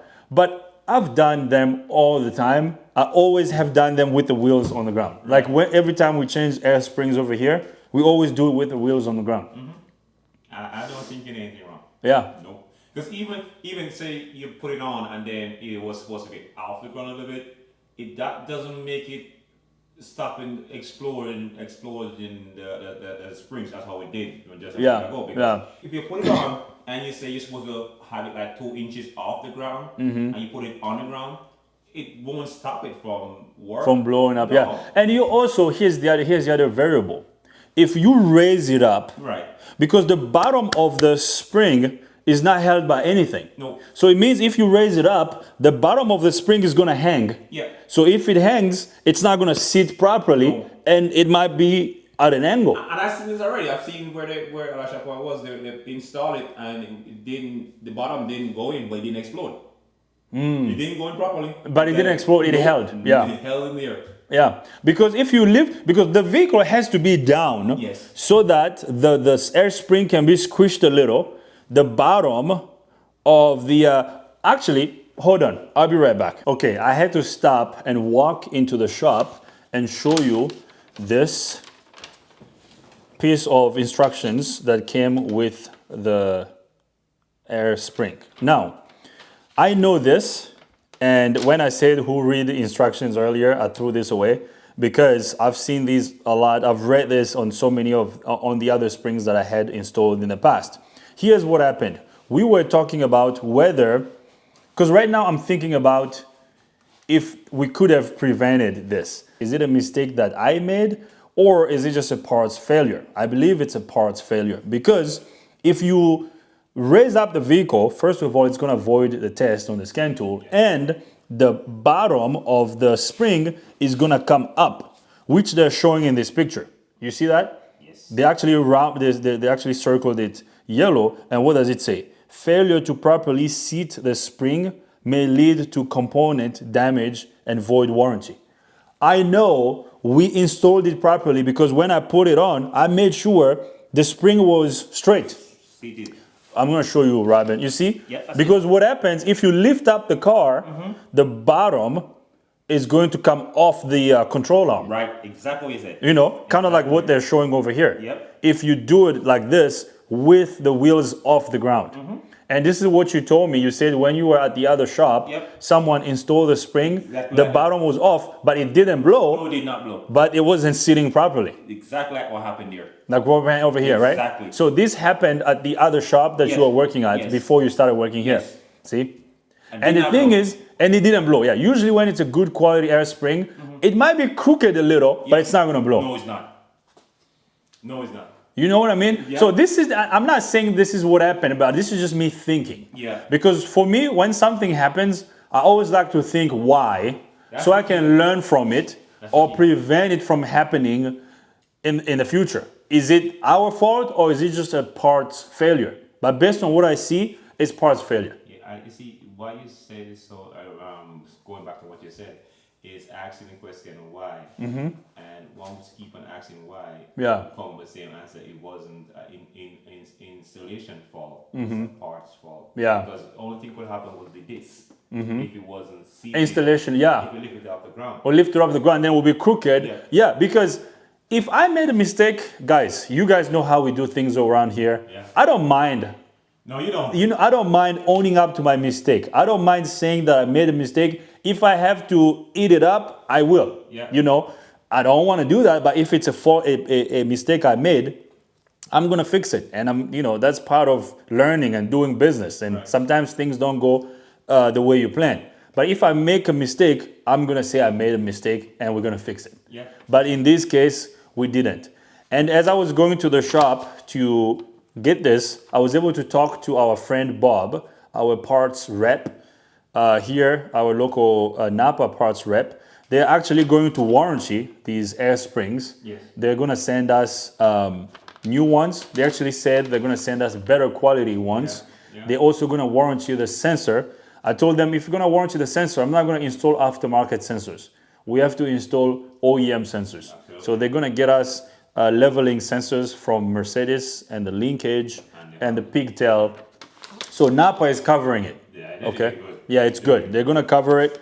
Now the car's not gonna be done today. I gotta call the customer and tell him, but he's not gonna spend any money. We're gonna fix it. It's just gonna be here for a little bit longer, maybe for another day or two. But yeah, they're gonna give us all the parts that we need. We're gonna install it, and then that will be fixed. Yeah. What do you think, Robin? That's where to go because there's no way around it. Yeah. Get better quality, Better quality part, yeah, EM sensors and the harness. yeah, Keep moving. yeah. So that one, it just came apart. Came apart. Yeah, especially the first one that we saw. Yeah. I mean, the other one busted, but the second one just the bottom of it just ripped out. Like poorly designed. Poor design, yeah, poor design. So Yeah, it's not an installation error. No. Okay, and I made sure that everything was lined up properly and everything, and we follow the procedure on the scan tool. You guys will see the scan tool screen when Matt puts it on the screen. Okay, so now let's call the customer. Let me grab his phone number and then we're gonna call him. Matt telling the security camera, everybody was like, Everybody jumped. You No, jumped. I was like, poof. Well, you know when it happened? yeah. My first thought was, Matt. Is Matt okay? Yeah. I know, because Matt was down. Yeah. And first of all, this is why you gotta wear glasses. He wasn't wearing glasses Hard hat. and a hat. We get it? Well, guys, It pretty much blew up in my face. I know you guys will probably say this in the comments. I'm gonna go buy a box of glasses. Everyone needs to be wearing glasses around here because that can be very dangerous. It could be. very You good. can get hurt really badly. Yeah, yeah. So when it blew, Yeah, I was spot. my thought just went towards Matt because I'm like, Matt is under there. Yeah. Is he fine? So I look around, so Matt is outside. My heart went down like, okay. and then Matt is laughing. I'm trying to figure out what happened because I thought he was the one on the other side. Right. And then when I went up and the other one blew, you guys will see the footage. Matt is gonna put the footage of the security cameras so you guys can see. Unbelievable. Anyways, let's call my friend Sam. I wanted to record the conversation, but maybe we're not Your going call has been forwarded to voicemail. Try again. The person you're trying to reach Right. is not available. to. Okay, let's try one more time. Your call has been forwarded to an Yeah, automatic voice so he's busy. He's busy. 1240. Not available. At the tone, please record your message. When you have finished recording, you may hang up or press 1 for more options. Hey Sam, this is Dio calling from Keytor and Truck Repair. Can you give me a call when you get a chance? Thank you. Talk to you soon. Bye-bye. All right, so we are done. I'm gonna leave it right over here. I'm sure my friend Sam is gonna call back. Because Matt and I have to move on to the next vehicle. We have an Audi Q7 out there we need to finish. So we're gonna move on to the next vehicle. We're gonna keep filming. If Sam calls when we have a chance to film, we might record the conversation. But if not, I'll just tell you what our conversation is gonna be about and what we're gonna talk about. Basically, I'm gonna tell him that, you know, the shocks that we installed, I mean, the springs that we installed blew up, Yep. the aftermarket ones, and you know, our Napa guys will replace them with better ones, and we're gonna change the sensors and try it again, and then we should be good. So I hope you like the video. This is probably gonna be a multiple part video. Matt, what do you think? Maybe should we just make it a long one? It's probably gonna be a long It's gonna be a one long video? Okay, so we can keep everything in one, yeah? Okay, so cameraman Matt said it's probably just gonna be a one part video. So thank you for watching, thanks for being here. Let us know what you think in the comment section, and I hope this doesn't happen to you. Especially those of you who are do-it-yourselfers that work on jack stands at home, I hope this doesn't happen to you, okay? Because this can be very dangerous and things can go bad very quickly. So we got lucky, nobody got hurt, all is well. You know, a car can break down, things can break, a car can be replaced.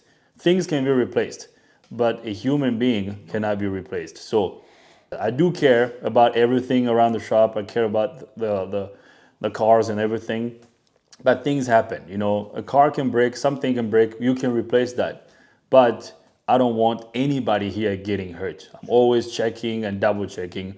I don't want our customers' vehicles getting damaged, and I don't want anybody here getting hurt. And we're always safe. We're always safe, although we don't wear the glasses all the time, but we need to start wearing glasses all the time. Okay, but yeah, we kind of dropped the ball on glasses, but when it comes to everything else, we're really safe. We need to be wearing glasses more. All right, so be on the lookout. We'll let you guys know once we get the new parts from Napa and everything else, and then we'll bring you guys back up so we can install them, and after that, the vehicle will be fixed. So we'll bring you guys back up once we get the new parts. We are back on this Mercedes GLS 450. We have new parts from the dealer and some parts from our local Napa store. All the parts are here.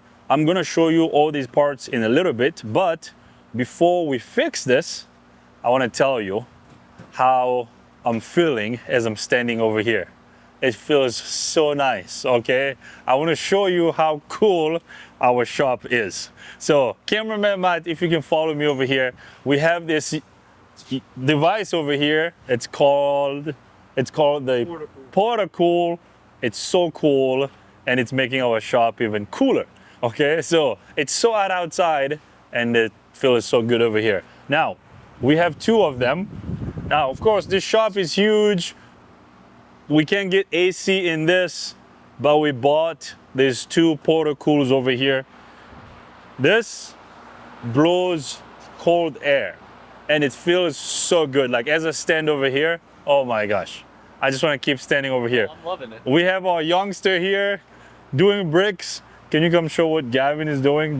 Gavin's putting rotors and pads and calipers and brake hoses on his Nissan Sentra. How do you like this Portacool? I'm just chilling. You're just chilling? Yeah, literally. This is so good. Like, you know, so we have one over here, and The fancy. this is fancy. It has a digital screen over here. We have a bunch of settings.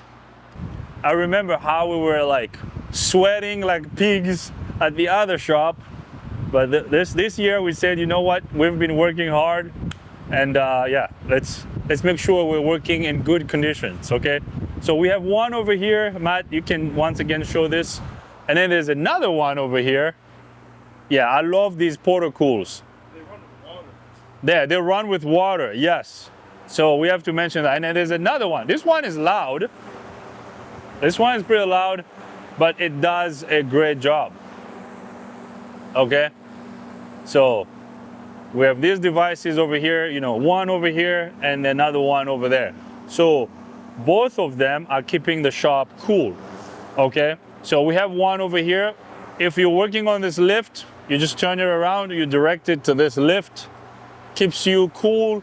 If you're working on that one, you direct it around, or you can put it between the lifts like we have it set up here. Yeah, so we have happy technicians in this shop because we're not sweating like pigs. So we just wanted to show you guys that. Now, this is not a commercial for you guys to buy Portacools, okay? I just wanted to show you how we've been loving these Portacools. Robin, how are you liking these Portacools? Wonderful. It's wonderful. Yes. Now let me ask you this. Come closer because you don't have a mic. So the shop you used to work at, Right. did it have AC or no? Partially. Partially AC? Partially. Did you have AC in the shop or in the lobby? In the lobby on the other side of AC. We didn't have an AC ward, the main side. Oh, really? I was on the main side, no. You were in the main side, no AC? No. So how does it feel to work in this shop and we got Portacools that are keeping us cool in the shop? Night and day. Night and day? Let's say a little louder. Night and day. Night and day? You like it better? Oh, yes. Now, you know, when you started working with me, we were in a tiny little bay, working outside.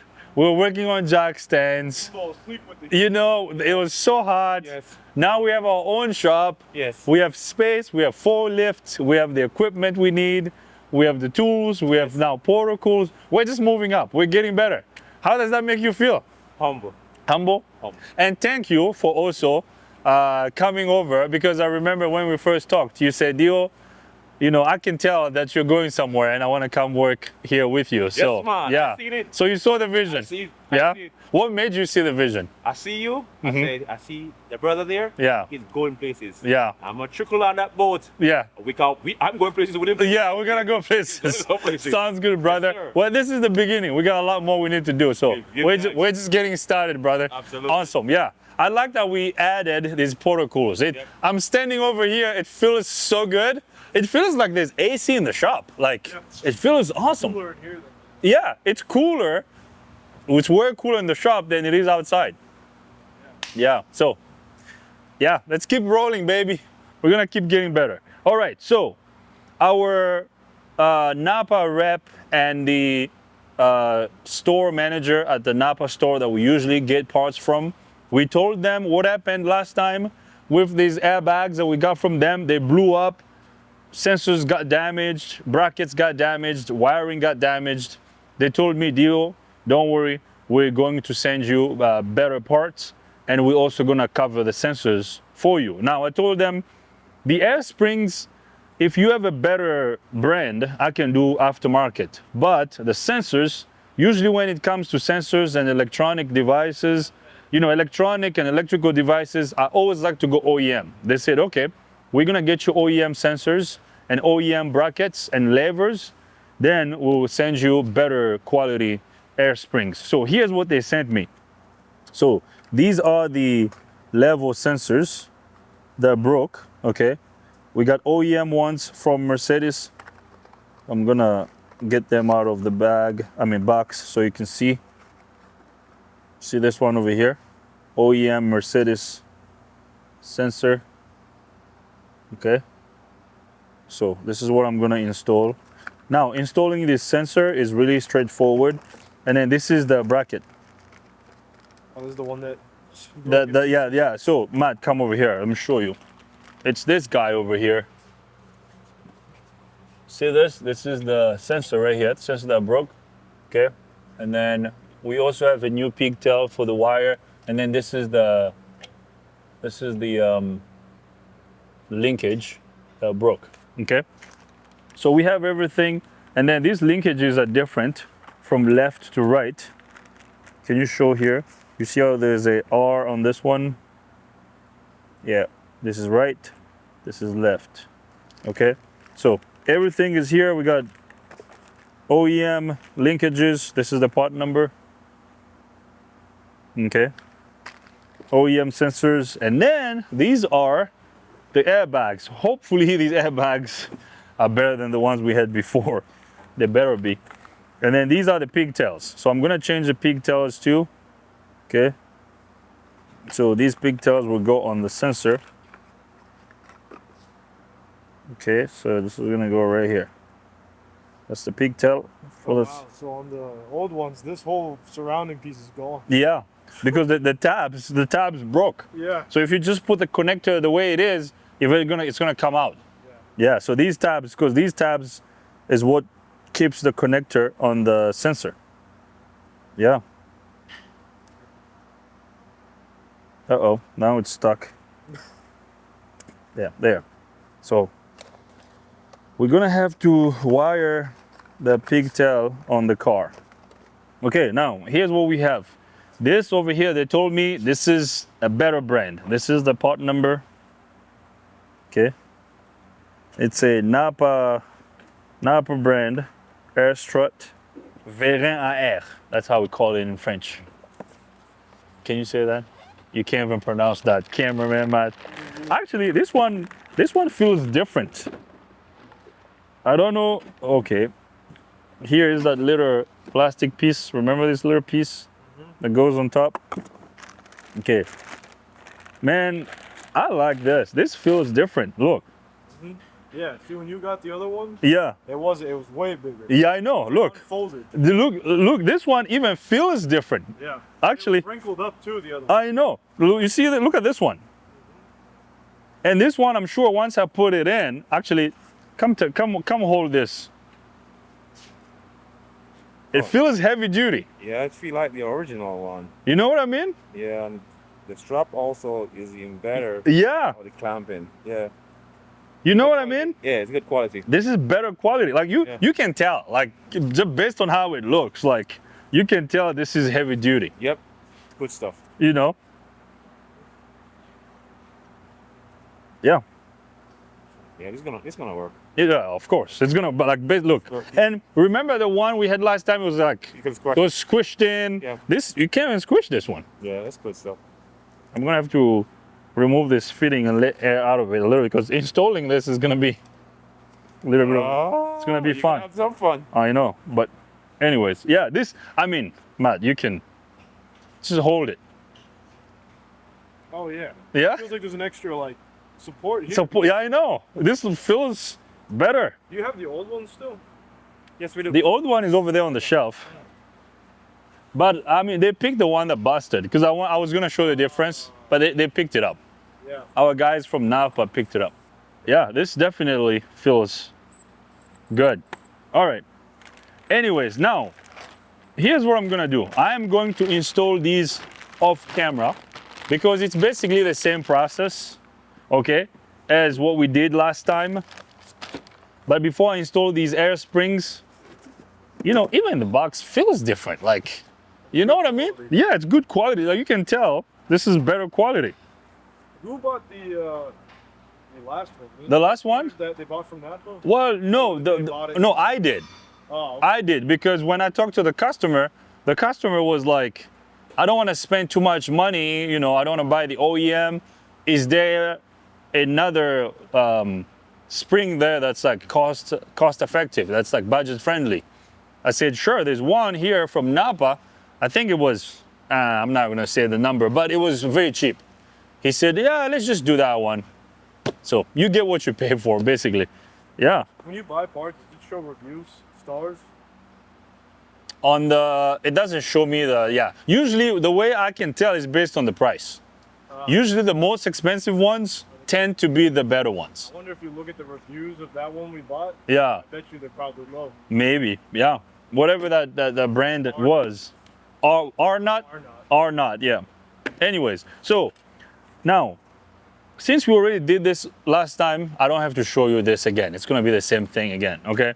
Now, I'm going to install these connectors, okay? Installing this is pretty straightforward. I'm gonna cut the wires there, put some shrink type butt connectors, connect this to the harness on the vehicle, install the sensors, straightforward stuff. And then I will install the new air springs. After I get everything installed, I will bring you guys back up so we can lower the vehicle and start it. Hopefully this time they're not gonna blow up because cameraman Matt is traumatized. Exploded in my face. From what happened last time. You know, I got so scared, to be honest. I was like, man, I thought something happened to you. I was like, what the heck? You know? This time I'm gonna prop the camera up and walk away. Walk away. Anyways, all of that to say, let me get this installed and then I'll bring you guys back up. It is the moment of the truth. I have installed the other set of air springs that we got from our local Napa store. I also changed the level, the ride height level sensors and the linkages and the wiring. So everything has been put back together. So now we're going to start the engine and put air in the air springs. Hopefully these ones are not going to blow up. Our cameraman Matt is traumatized right now. When I told Matt that we're about to start the Mercedes, Matt was shaking. He was like, whoa, is this gonna blow up again? No, I'm just kidding. But Matt is traumatized. So Matt, don't worry. These ones will be okay, okay? Based on how they felt, these ones feel heavy duty, so they're not gonna blow up. Everybody in the shop is traumatized right now. Gavin is traumatized. Robin is okay, but so Matt and Gavin are traumatized. So, you have a reason to be, because that's the first time you have seen something like that. And we hope something like that never happens again, okay? We will be recommending. This is part of it is slightly my fault because I know better. I always know that cheap parts are usually not good. And cheap parts have consequences. And that was the consequences of using cheap parts.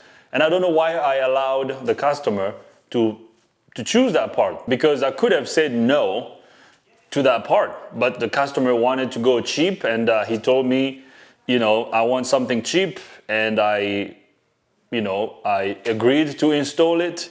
So part of it is my fault. So we'll make sure this time either OEM or high quality aftermarket. That's usually how I do it, but I don't know how I slacked on that one. So anyways, enough blaming ourselves. Let's go in the vehicle and start it and see what happens. So now let's walk into the shop. Let's go into the shop and see what we got. All right, so I'm going to put the tire on first. Actually, before I put the tire on, I'm gonna show you all the components that came out. So here's one of the sensors that was on the passenger side. See how it's completely destroyed. So this is the linkage of it. That's the linkage right there. Look, linkage is bent. linkage is bent, and this is the connector. I had to cut the connector and splice in the new one. Now I'm gonna show you how everything looks under here. Let me lift up the vehicle a little bit.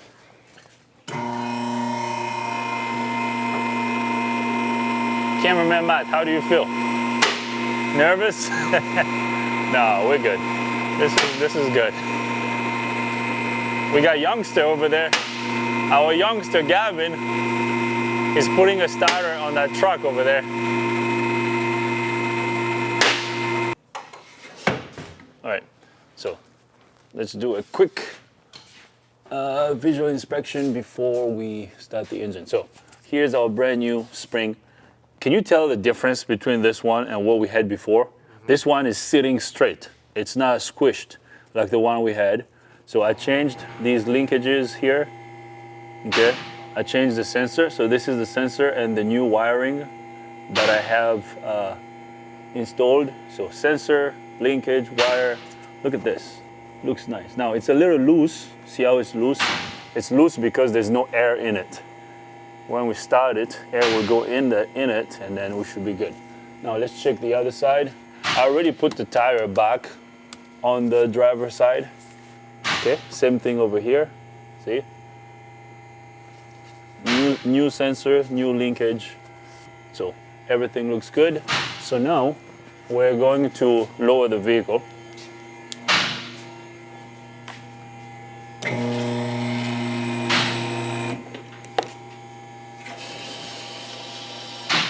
We got Robin over there. Robin's working on this Sprinter. The Sprinter that came out of Chicago. How is it going, Robin? Going good? You having fun? Nice. We're cruising around here. 1 second. Oh, okay. 1 second. Thank you. You're welcome. I always forget these. We want no trouble. Safety first. Yes, sir. I know. I need to be better at wearing eye protection. Okay. Cameraman Matt looks nervous behind the camera. Matt, are you about to cry or what? No?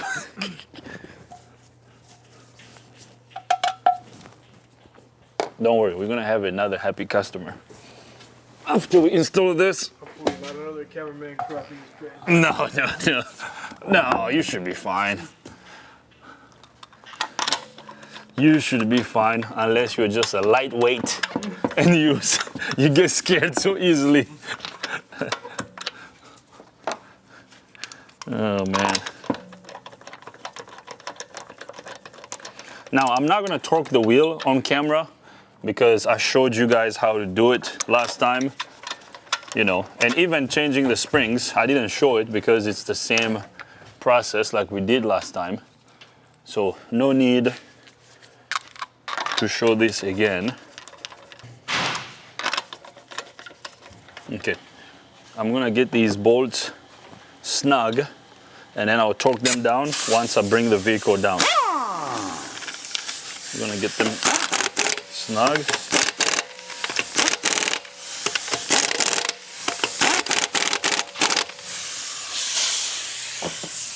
Okay, let's bring the vehicle down. Ooh, it is the moment of the truth. Boom! Look at the way Matt looked at me. Okay, so I'm going to torque the wheel bolts or lug bolts, and then I'll bring you guys back up. I have torqued the wheels, so now we're gonna connect our Autel scan tool and pump up the airbags. I don't think we removed the compressors. Oh, we did. The compressor's fuse. So I have to reinstall it. There. Okay. So now I'm gonna get this guy connected to the vehicle. Okay, we're basically redoing everything we did last time. There might be codes in it for those level sensors. So I'm gonna have to erase the codes first before we do anything. All right, the key is on. I'm gonna turn on the scan tool. There might be some codes in it. Let me clear the codes first because we got those sensors busted and stuff. I don't know if we have to calibrate those sensors. We might have to, but I'm sure the scan tool will tell us. Let's see. Let's read the VIN. The VIN has been read. Let's click OK. Okay, let me do a fault scan first. This car's got a lot of modules. Okay, well, we don't have a bunch of codes. So the air quality sensor has a malfunction. The real level sensor fault, voltage value out of permissible range. Okay, let me clear all these. The calibration of vehicle level was not performed. Okay, so you know what? I wasn't even screen recording. I mean, you did show this last time. Yeah, but there were some codes for the. Yeah. But that's okay. That's fine. Yeah. Dang, sometimes I forget to screen record. All right, that's my fault. The calibration of vehicle level was not performed. Okay. Let's go into the suspension control unit. Is it gonna start raising now? Let me see if I can clear this code. So clear. So it's there. All right. So now I'm gonna start raising it. So you can prop your camera down there. So you guys can see the spring that we have installed.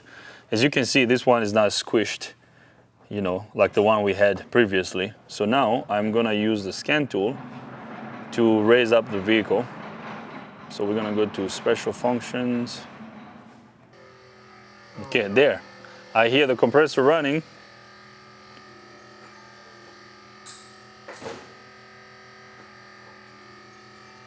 It's going. It's going up? Yeah. Nice.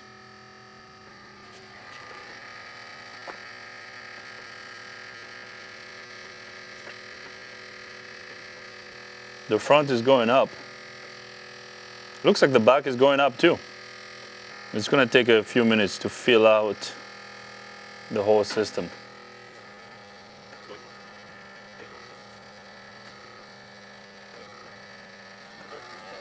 Yeah, I mean, I hope the mic is picking this up. The compressor is running. Yeah. Yeah. We're good.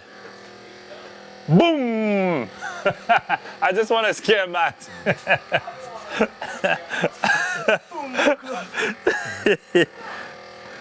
It should start. So, Robin, it's going to stop by itself, right? Yeah. It should stop by itself. Okay.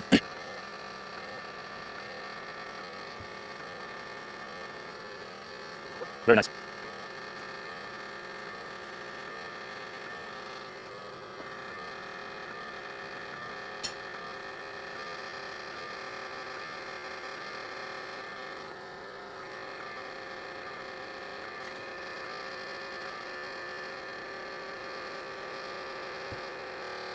Nice. Even the values on the scan tool are changing, so they're going from red to green. So that's good. That's what we want to see.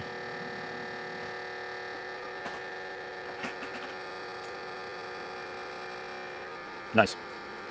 I mean, cameraman Matt will put this on the screen so everyone can see. There. It has stopped. Oh, man. We're good. I was like 5 minutes of crapping myself. All right. That's good. All right. So I hope you guys heard that. The compressor has stopped. We're good to go. So now let's check the ride height of all the wheels. So Matt, come and show over here the gap that we have between the wheel and the body. Okay. Now let's go to this side here. Look at what we have here and here. Nice. And then look at what we have here. See that? Now this is way up. we're gonna have to bring it down a little bit when we put in the sports mode. Now remember, before our lift arm, we're not sliding out. Look, I can slide the lift. Actually, I need to lower this all the way. So compressor is off. Let me lower the lift down all the way. Look, I can slide the lift arms out. Remember, we couldn't slide these in and out. We had to use a jack to jack up the vehicle. Now I can slide this out. We're good. Now let's go check over here. Okay, right over here, we're good to go. So now I am going to drive the vehicle outside. Actually, hold on. So we're done. Continue. Okay, so we're good there. I'm gonna back out. Actually, let's go to trouble codes. We should be able to clear the code that we have in here. Reverse code. Let's go to live data, level sensors. Okay, vehicle level. Okay, we're good to go. All right, so now I'm going to drive the vehicle outside. We have to get this truck out of the way before we can get this Mercedes out. As you can see, the ride height is good right now. We're gonna have to, actually, let me start the engine. Let's start the engine, see what happens. Okay, so I'm gonna turn off the engine. Let's turn the key on. I don't know why this code keeps coming back. Calibration of vehicle level was not performed. I just performed it. Special function.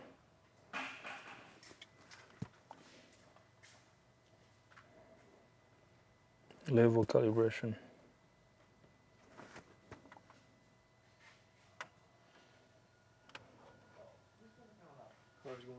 Yeah. So now we're doing the level calibration. Okay. F1 left front.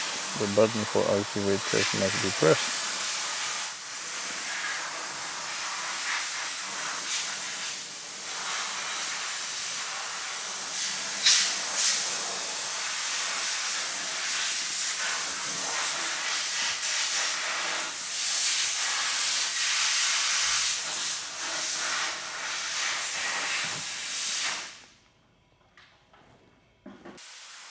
The calibration of control unit has been lost or was not carried out. It may be possible to perform the following actuations.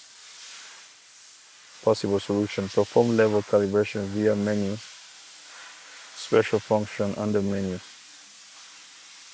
teaching process. All right, you know what? I'll do this off camera. It's basically the same process, but I'm gonna have to probably hold the button a little bit longer and then follow the instructions, basically get it leveled, and then I'll bring you guys back up so we can go on a test drive, and then we should be good to go. We are back on this Mercedes GLS 450, this beautiful, nice Mercedes. This is done. I did calibrate the ride height off camera. I figured out what I was doing wrong. I did some research off camera, then I was able to find out what I was doing wrong. I'm going to show you what I did to calibrate the ride height, and then we're gonna take it on a test drive. After that, we're gonna wrap up this video. Cameraman Matt, are you still traumatized from this? Behind the camera, we have cameraman Matt. So guys, if you can come with me here, I'm gonna show you the height. Okay, the vehicle's height has been restored. Okay, look at the gap we have between the tire and the body. Okay, that's a normal height right there. And then look at the back. Remember, the back was sagging before. Okay, this is a normal height. Let's go on the other side. Okay, we're just double checking our repair at this point. Look over here. Okay, pretty nice. Come look over here. Okay, so we're good to go. So now I'm gonna go in the vehicle. I'm gonna show you what I did. So what kept happening was I was going into the air suspension system, trying to do the calibration. It wasn't working. So let me turn the key on and I'll show you what I was doing.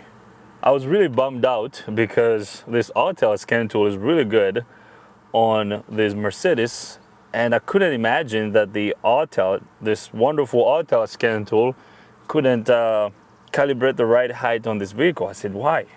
Maybe there's something I'm doing wrong. So let me show you what I was doing wrong, because this should be pretty straightforward. Now, the light that we had on the dash is no longer there, okay, but hopefully this is gonna be helpful to you guys. It's gonna get hot today. Wow. I love it. Like, it's gonna get up to like 90 degrees. Remember when we were complaining it was too cold? There's the heat you were asking for. I know. This is I know. my kind of weather. Couple, oh, you really? You like the Oh, heat yeah. better? You can leave me in a hot car, I'll survive. Really? Yeah. Guys, cameraman Matt likes the heat. All right, so I'm gonna scan all the control units on the vehicle. As you can see, all the codes that we had last time are no longer there.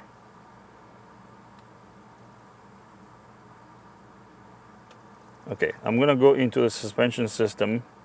I'll show you. Now, these other codes over here, we're aware of them. I told the customer, so the customer doesn't want us to focus on those codes for now. I'm gonna go into the suspension system. So here it is. There are no fault codes right now in it. So right there, no codes present. So what I was doing before, I was going to special functions and I was trying to do the level calibration here. So when I was trying to do it into the air suspension control unit, it wasn't working. So what I ended up doing was I backed out and then I went to hard functions. So I went to hard functions. That's how I was able to do it. I went to suspension.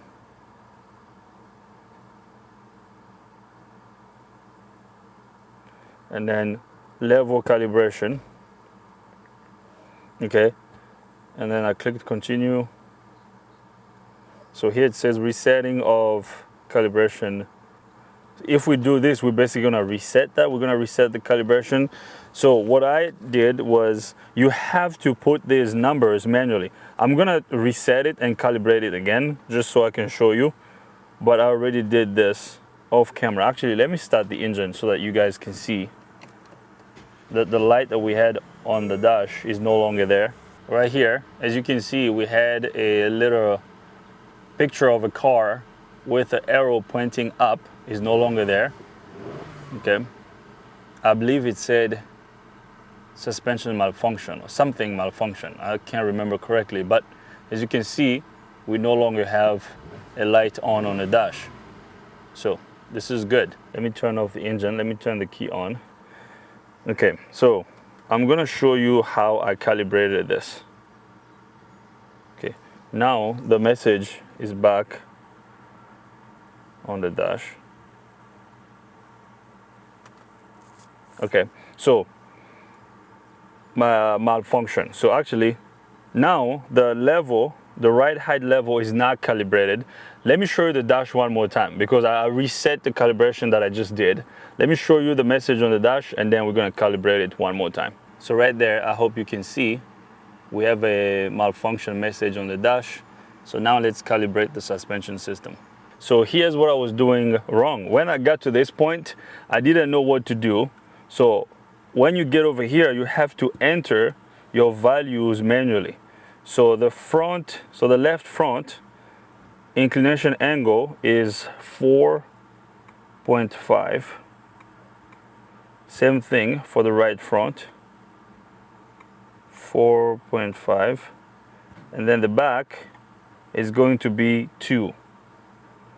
Okay, 2 for the left rear, and then 2 for the right rear. And then I'm gonna click, so I'm gonna click continue. Continue again. So right there, level calibration was successful. That's what I had to do. So I had to do some research to figure that out. I'm glad we figured it out. So cameraman Matt, let's go on a test drive and then we're gonna wrap up this video. So at this point, we're done. Let's drive this baby. This car is nice. So before, I mean, we didn't film this when I confirmed the customer's complaint. When the air springs in the back were leaking, this car was bouncing like a horse. You know, if you're driving, it was so uncomfortable to drive. And now it's so comfortable and feels so good and so smooth. Matt, your seatbelt. We want you to be safe, cameraman Matt. We don't need to go far for this. We're just gonna turn up here and come back. This is done. We're gonna have another happy customer. Matt, you think we're gonna have a happy customer? Yeah?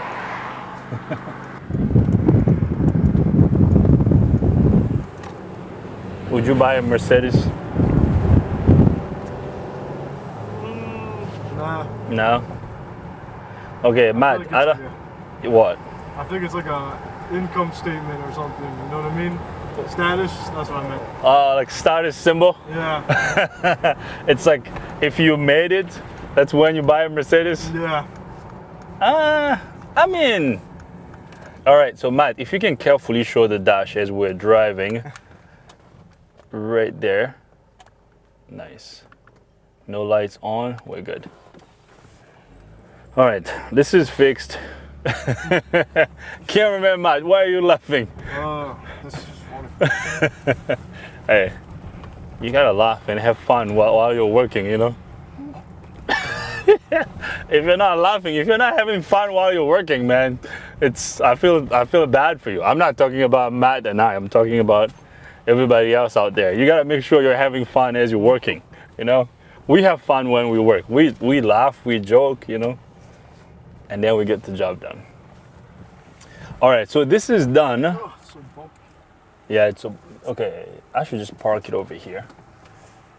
Okay, we can just end this video out here, right, Matt? Yeah. Yeah, this guy is gonna be happy. He's a good customer. He's been a customer for a while now. What did he say about the original airbags? Did you tell him that they blew up or? No, I told him, yes. I told him they blew up, but I told him the car was gonna take a little bit longer because it was gonna stay in the shop until we got all the stuff that got damaged. But the parts store was gonna cover everything. They were gonna send us a new set of airbags. They were actually gonna get us better quality bags, so which wasn't gonna cost him anything. And they were also gonna send us OEM sensors, linkages and connectors and stuff. So I told him, what's my suck for you is the car is not going to be done this week. So that was last week. I told him it's not going to be done this week, but it will be done next week. He said, oh, no problem, Dio, that's fine. They have it's a family and they have 3 cars. All Mercedes? No, they have 1 Mercedes, they have a Mitsubishi, and they have a Toyota Camry. We actually worked on his Camry too. And he said the next car is going to bring it's going to be the Mitsubishi because the AC is not getting as cold. So he wants the AC fixed. I told him, sure. He said, okay, finish the Mercedes because his wife drives the Mercedes. Say, finish the Mercedes for my wife and then I'll drop off the Mitsubishi. So he's gonna come pick this up and drop off his Mitsubishi so we can fix the AC. I said, yeah, that's what we're here for. Bring it over. All right, guys. So yeah, but he wasn't upset or anything. You know, I told him, you know, you're not gonna spend a dime on your part, you know, but we have to wait a couple more days. He said, sure. As you can see, car runs great. No lights on the dash.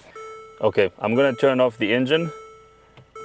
We're going to scan all the control units one more time, and then we will wrap up this video. How's the light out here? Is it good? This is a nice car. I just want to be driving it. Well. Mercedes is nice. Don't say it. Cameraman Matt. Guys, I hope you guys knew what Matt and I are laughing about. Oh, cameraman Matt. Matt, you're having too much fun around here. You're learning so much about cars. Okay, I'm gonna focus on the air suspension and control unit. Yeah, here is suspension. No codes in the air suspension system, so we're good to go. So I tried doing the leveling calibration manually. It wouldn't work. So to those of you that don't have a capable scan tool like this, I don't know how you can do it. I tried looking up a manual procedure. I couldn't find any. So if you're doing this at home, I mean, changing the air spring is pretty straightforward. And I hope that you don't get that brand. What was the name of the brand? R-Nut. R-Nut. Yeah, so I hope you don't get the R-Nut. Oh, this is the owner of the car calling. Sam. How are you? Let me call you right back. Good morning. I'm doing good. Actually, I'm just finishing your car right now. Let me call you right back. Okay. Yeah, I'll call you back in like 15 minutes. Okay, bye. Yeah, that's the owner of this car. He wants to come pick up his car. Yes, okay. Yeah, so that brand, R-Nut, we're not trying to throw them under the bus, but right now, I won't be using that brand anymore. Yes. No, we're gonna stay away from it. Get those Napa brand ones. Those ones seem pretty. Yeah, those nuts seem pretty good. Yeah, and I don't know why they didn't send me those to begin with. You know. Anyways, but he also wanted something cheap, so that's why I should be sticking to my guns. I know what not to do. You know. See what happens when you don't. I know. Like cheap ends up being expensive. Cheap. Yeah, I know. Don't be cheap. You know. And I don't usually do that. I usually always recommend OEM parts or high quality aftermarket parts. But I don't know, this time I was like, okay, if that's what you want, but I shouldn't have done that. Anyways, so no codes, we're good to go. I'm gonna leave this right over here. I hope you like this video. This was supposed to be a quick and straightforward one. Matt, you see how I said not easy? We don't use the word easy when we work on cars. Okay, Matt sometimes tells me, "Oh, Dio, you just did that in like 10 minutes. That was easy." I was like, "No, I don't say easy." I know. I remember you put the airbags in. I was like, "Oh, that was that easy," and you're like, "Don't ever say that." Yeah, don't never say it. easy. And, and then it blew up. There you go. Never say it's gonna be easy. Yeah, I got myself in trouble so many times like that in the past. I don't say easy anymore. I say straightforward. You just gotta play with your words because you never know. You can say, "Oh, this is easy." An easy job can turn into a difficult job. Yeah. This could have been like a 20-minute video. There you go. It's gonna be like a 2-part. There you go. Now it's gonna be a long one. You should just do the one part. Even if it's like an hour and a half. Okay. Yeah, even if it's super long, just do it one part. Yeah. Anyways, straightforward, not easy, but it's a straightforward project turned into a complicated one. So that's what we do. We fix things and we take care of our customers. So I hope you like this. If you like it, give it a thumbs up. If you don't, give it a thumb down. But if you do, tell us why so we can make better videos in the future. If you're a subscriber coming back to watch this, I appreciate you. If you're not a subscriber, please subscribe to our YouTube channel. Just a side note before I end this. The owner, Sam, the owner of this vehicle, his uncle watches us. So his uncle lives in Virginia. He was talking to Sam, the owner of this car. He said, "Hey, there's a guy I like to watch. He lives in Frederick. And his shop," this was when we were in Frederick, "his shop is in Frederick. You should go check him out," because he was having issues with his Mercedes. He went to the Mercedes dealership. He didn't like the treatment that he got there. So he talked to his uncle, and his uncle said, "If I was living in Frederick, there's a guy I watch there. His name is Dio, and his business is called Kit's Auto and Truck Repair. I would be taking my car there." And then he said, "Really?" So he looked us up, he found us. And that's, when he came over, he told me, "I came here because my uncle told me to come to you, and you do great work, and I want to bring my cars to you." So I thank you guys so much for telling people about us, for telling your family members, your friends, for sending customers to us. We're busy because of you. We're growing because of you. I'm so grateful for that. So keep sending people, keep spreading the word out there for us. Thank you very much. Cameraman Matt, thanks for being behind the camera. See you guys next time.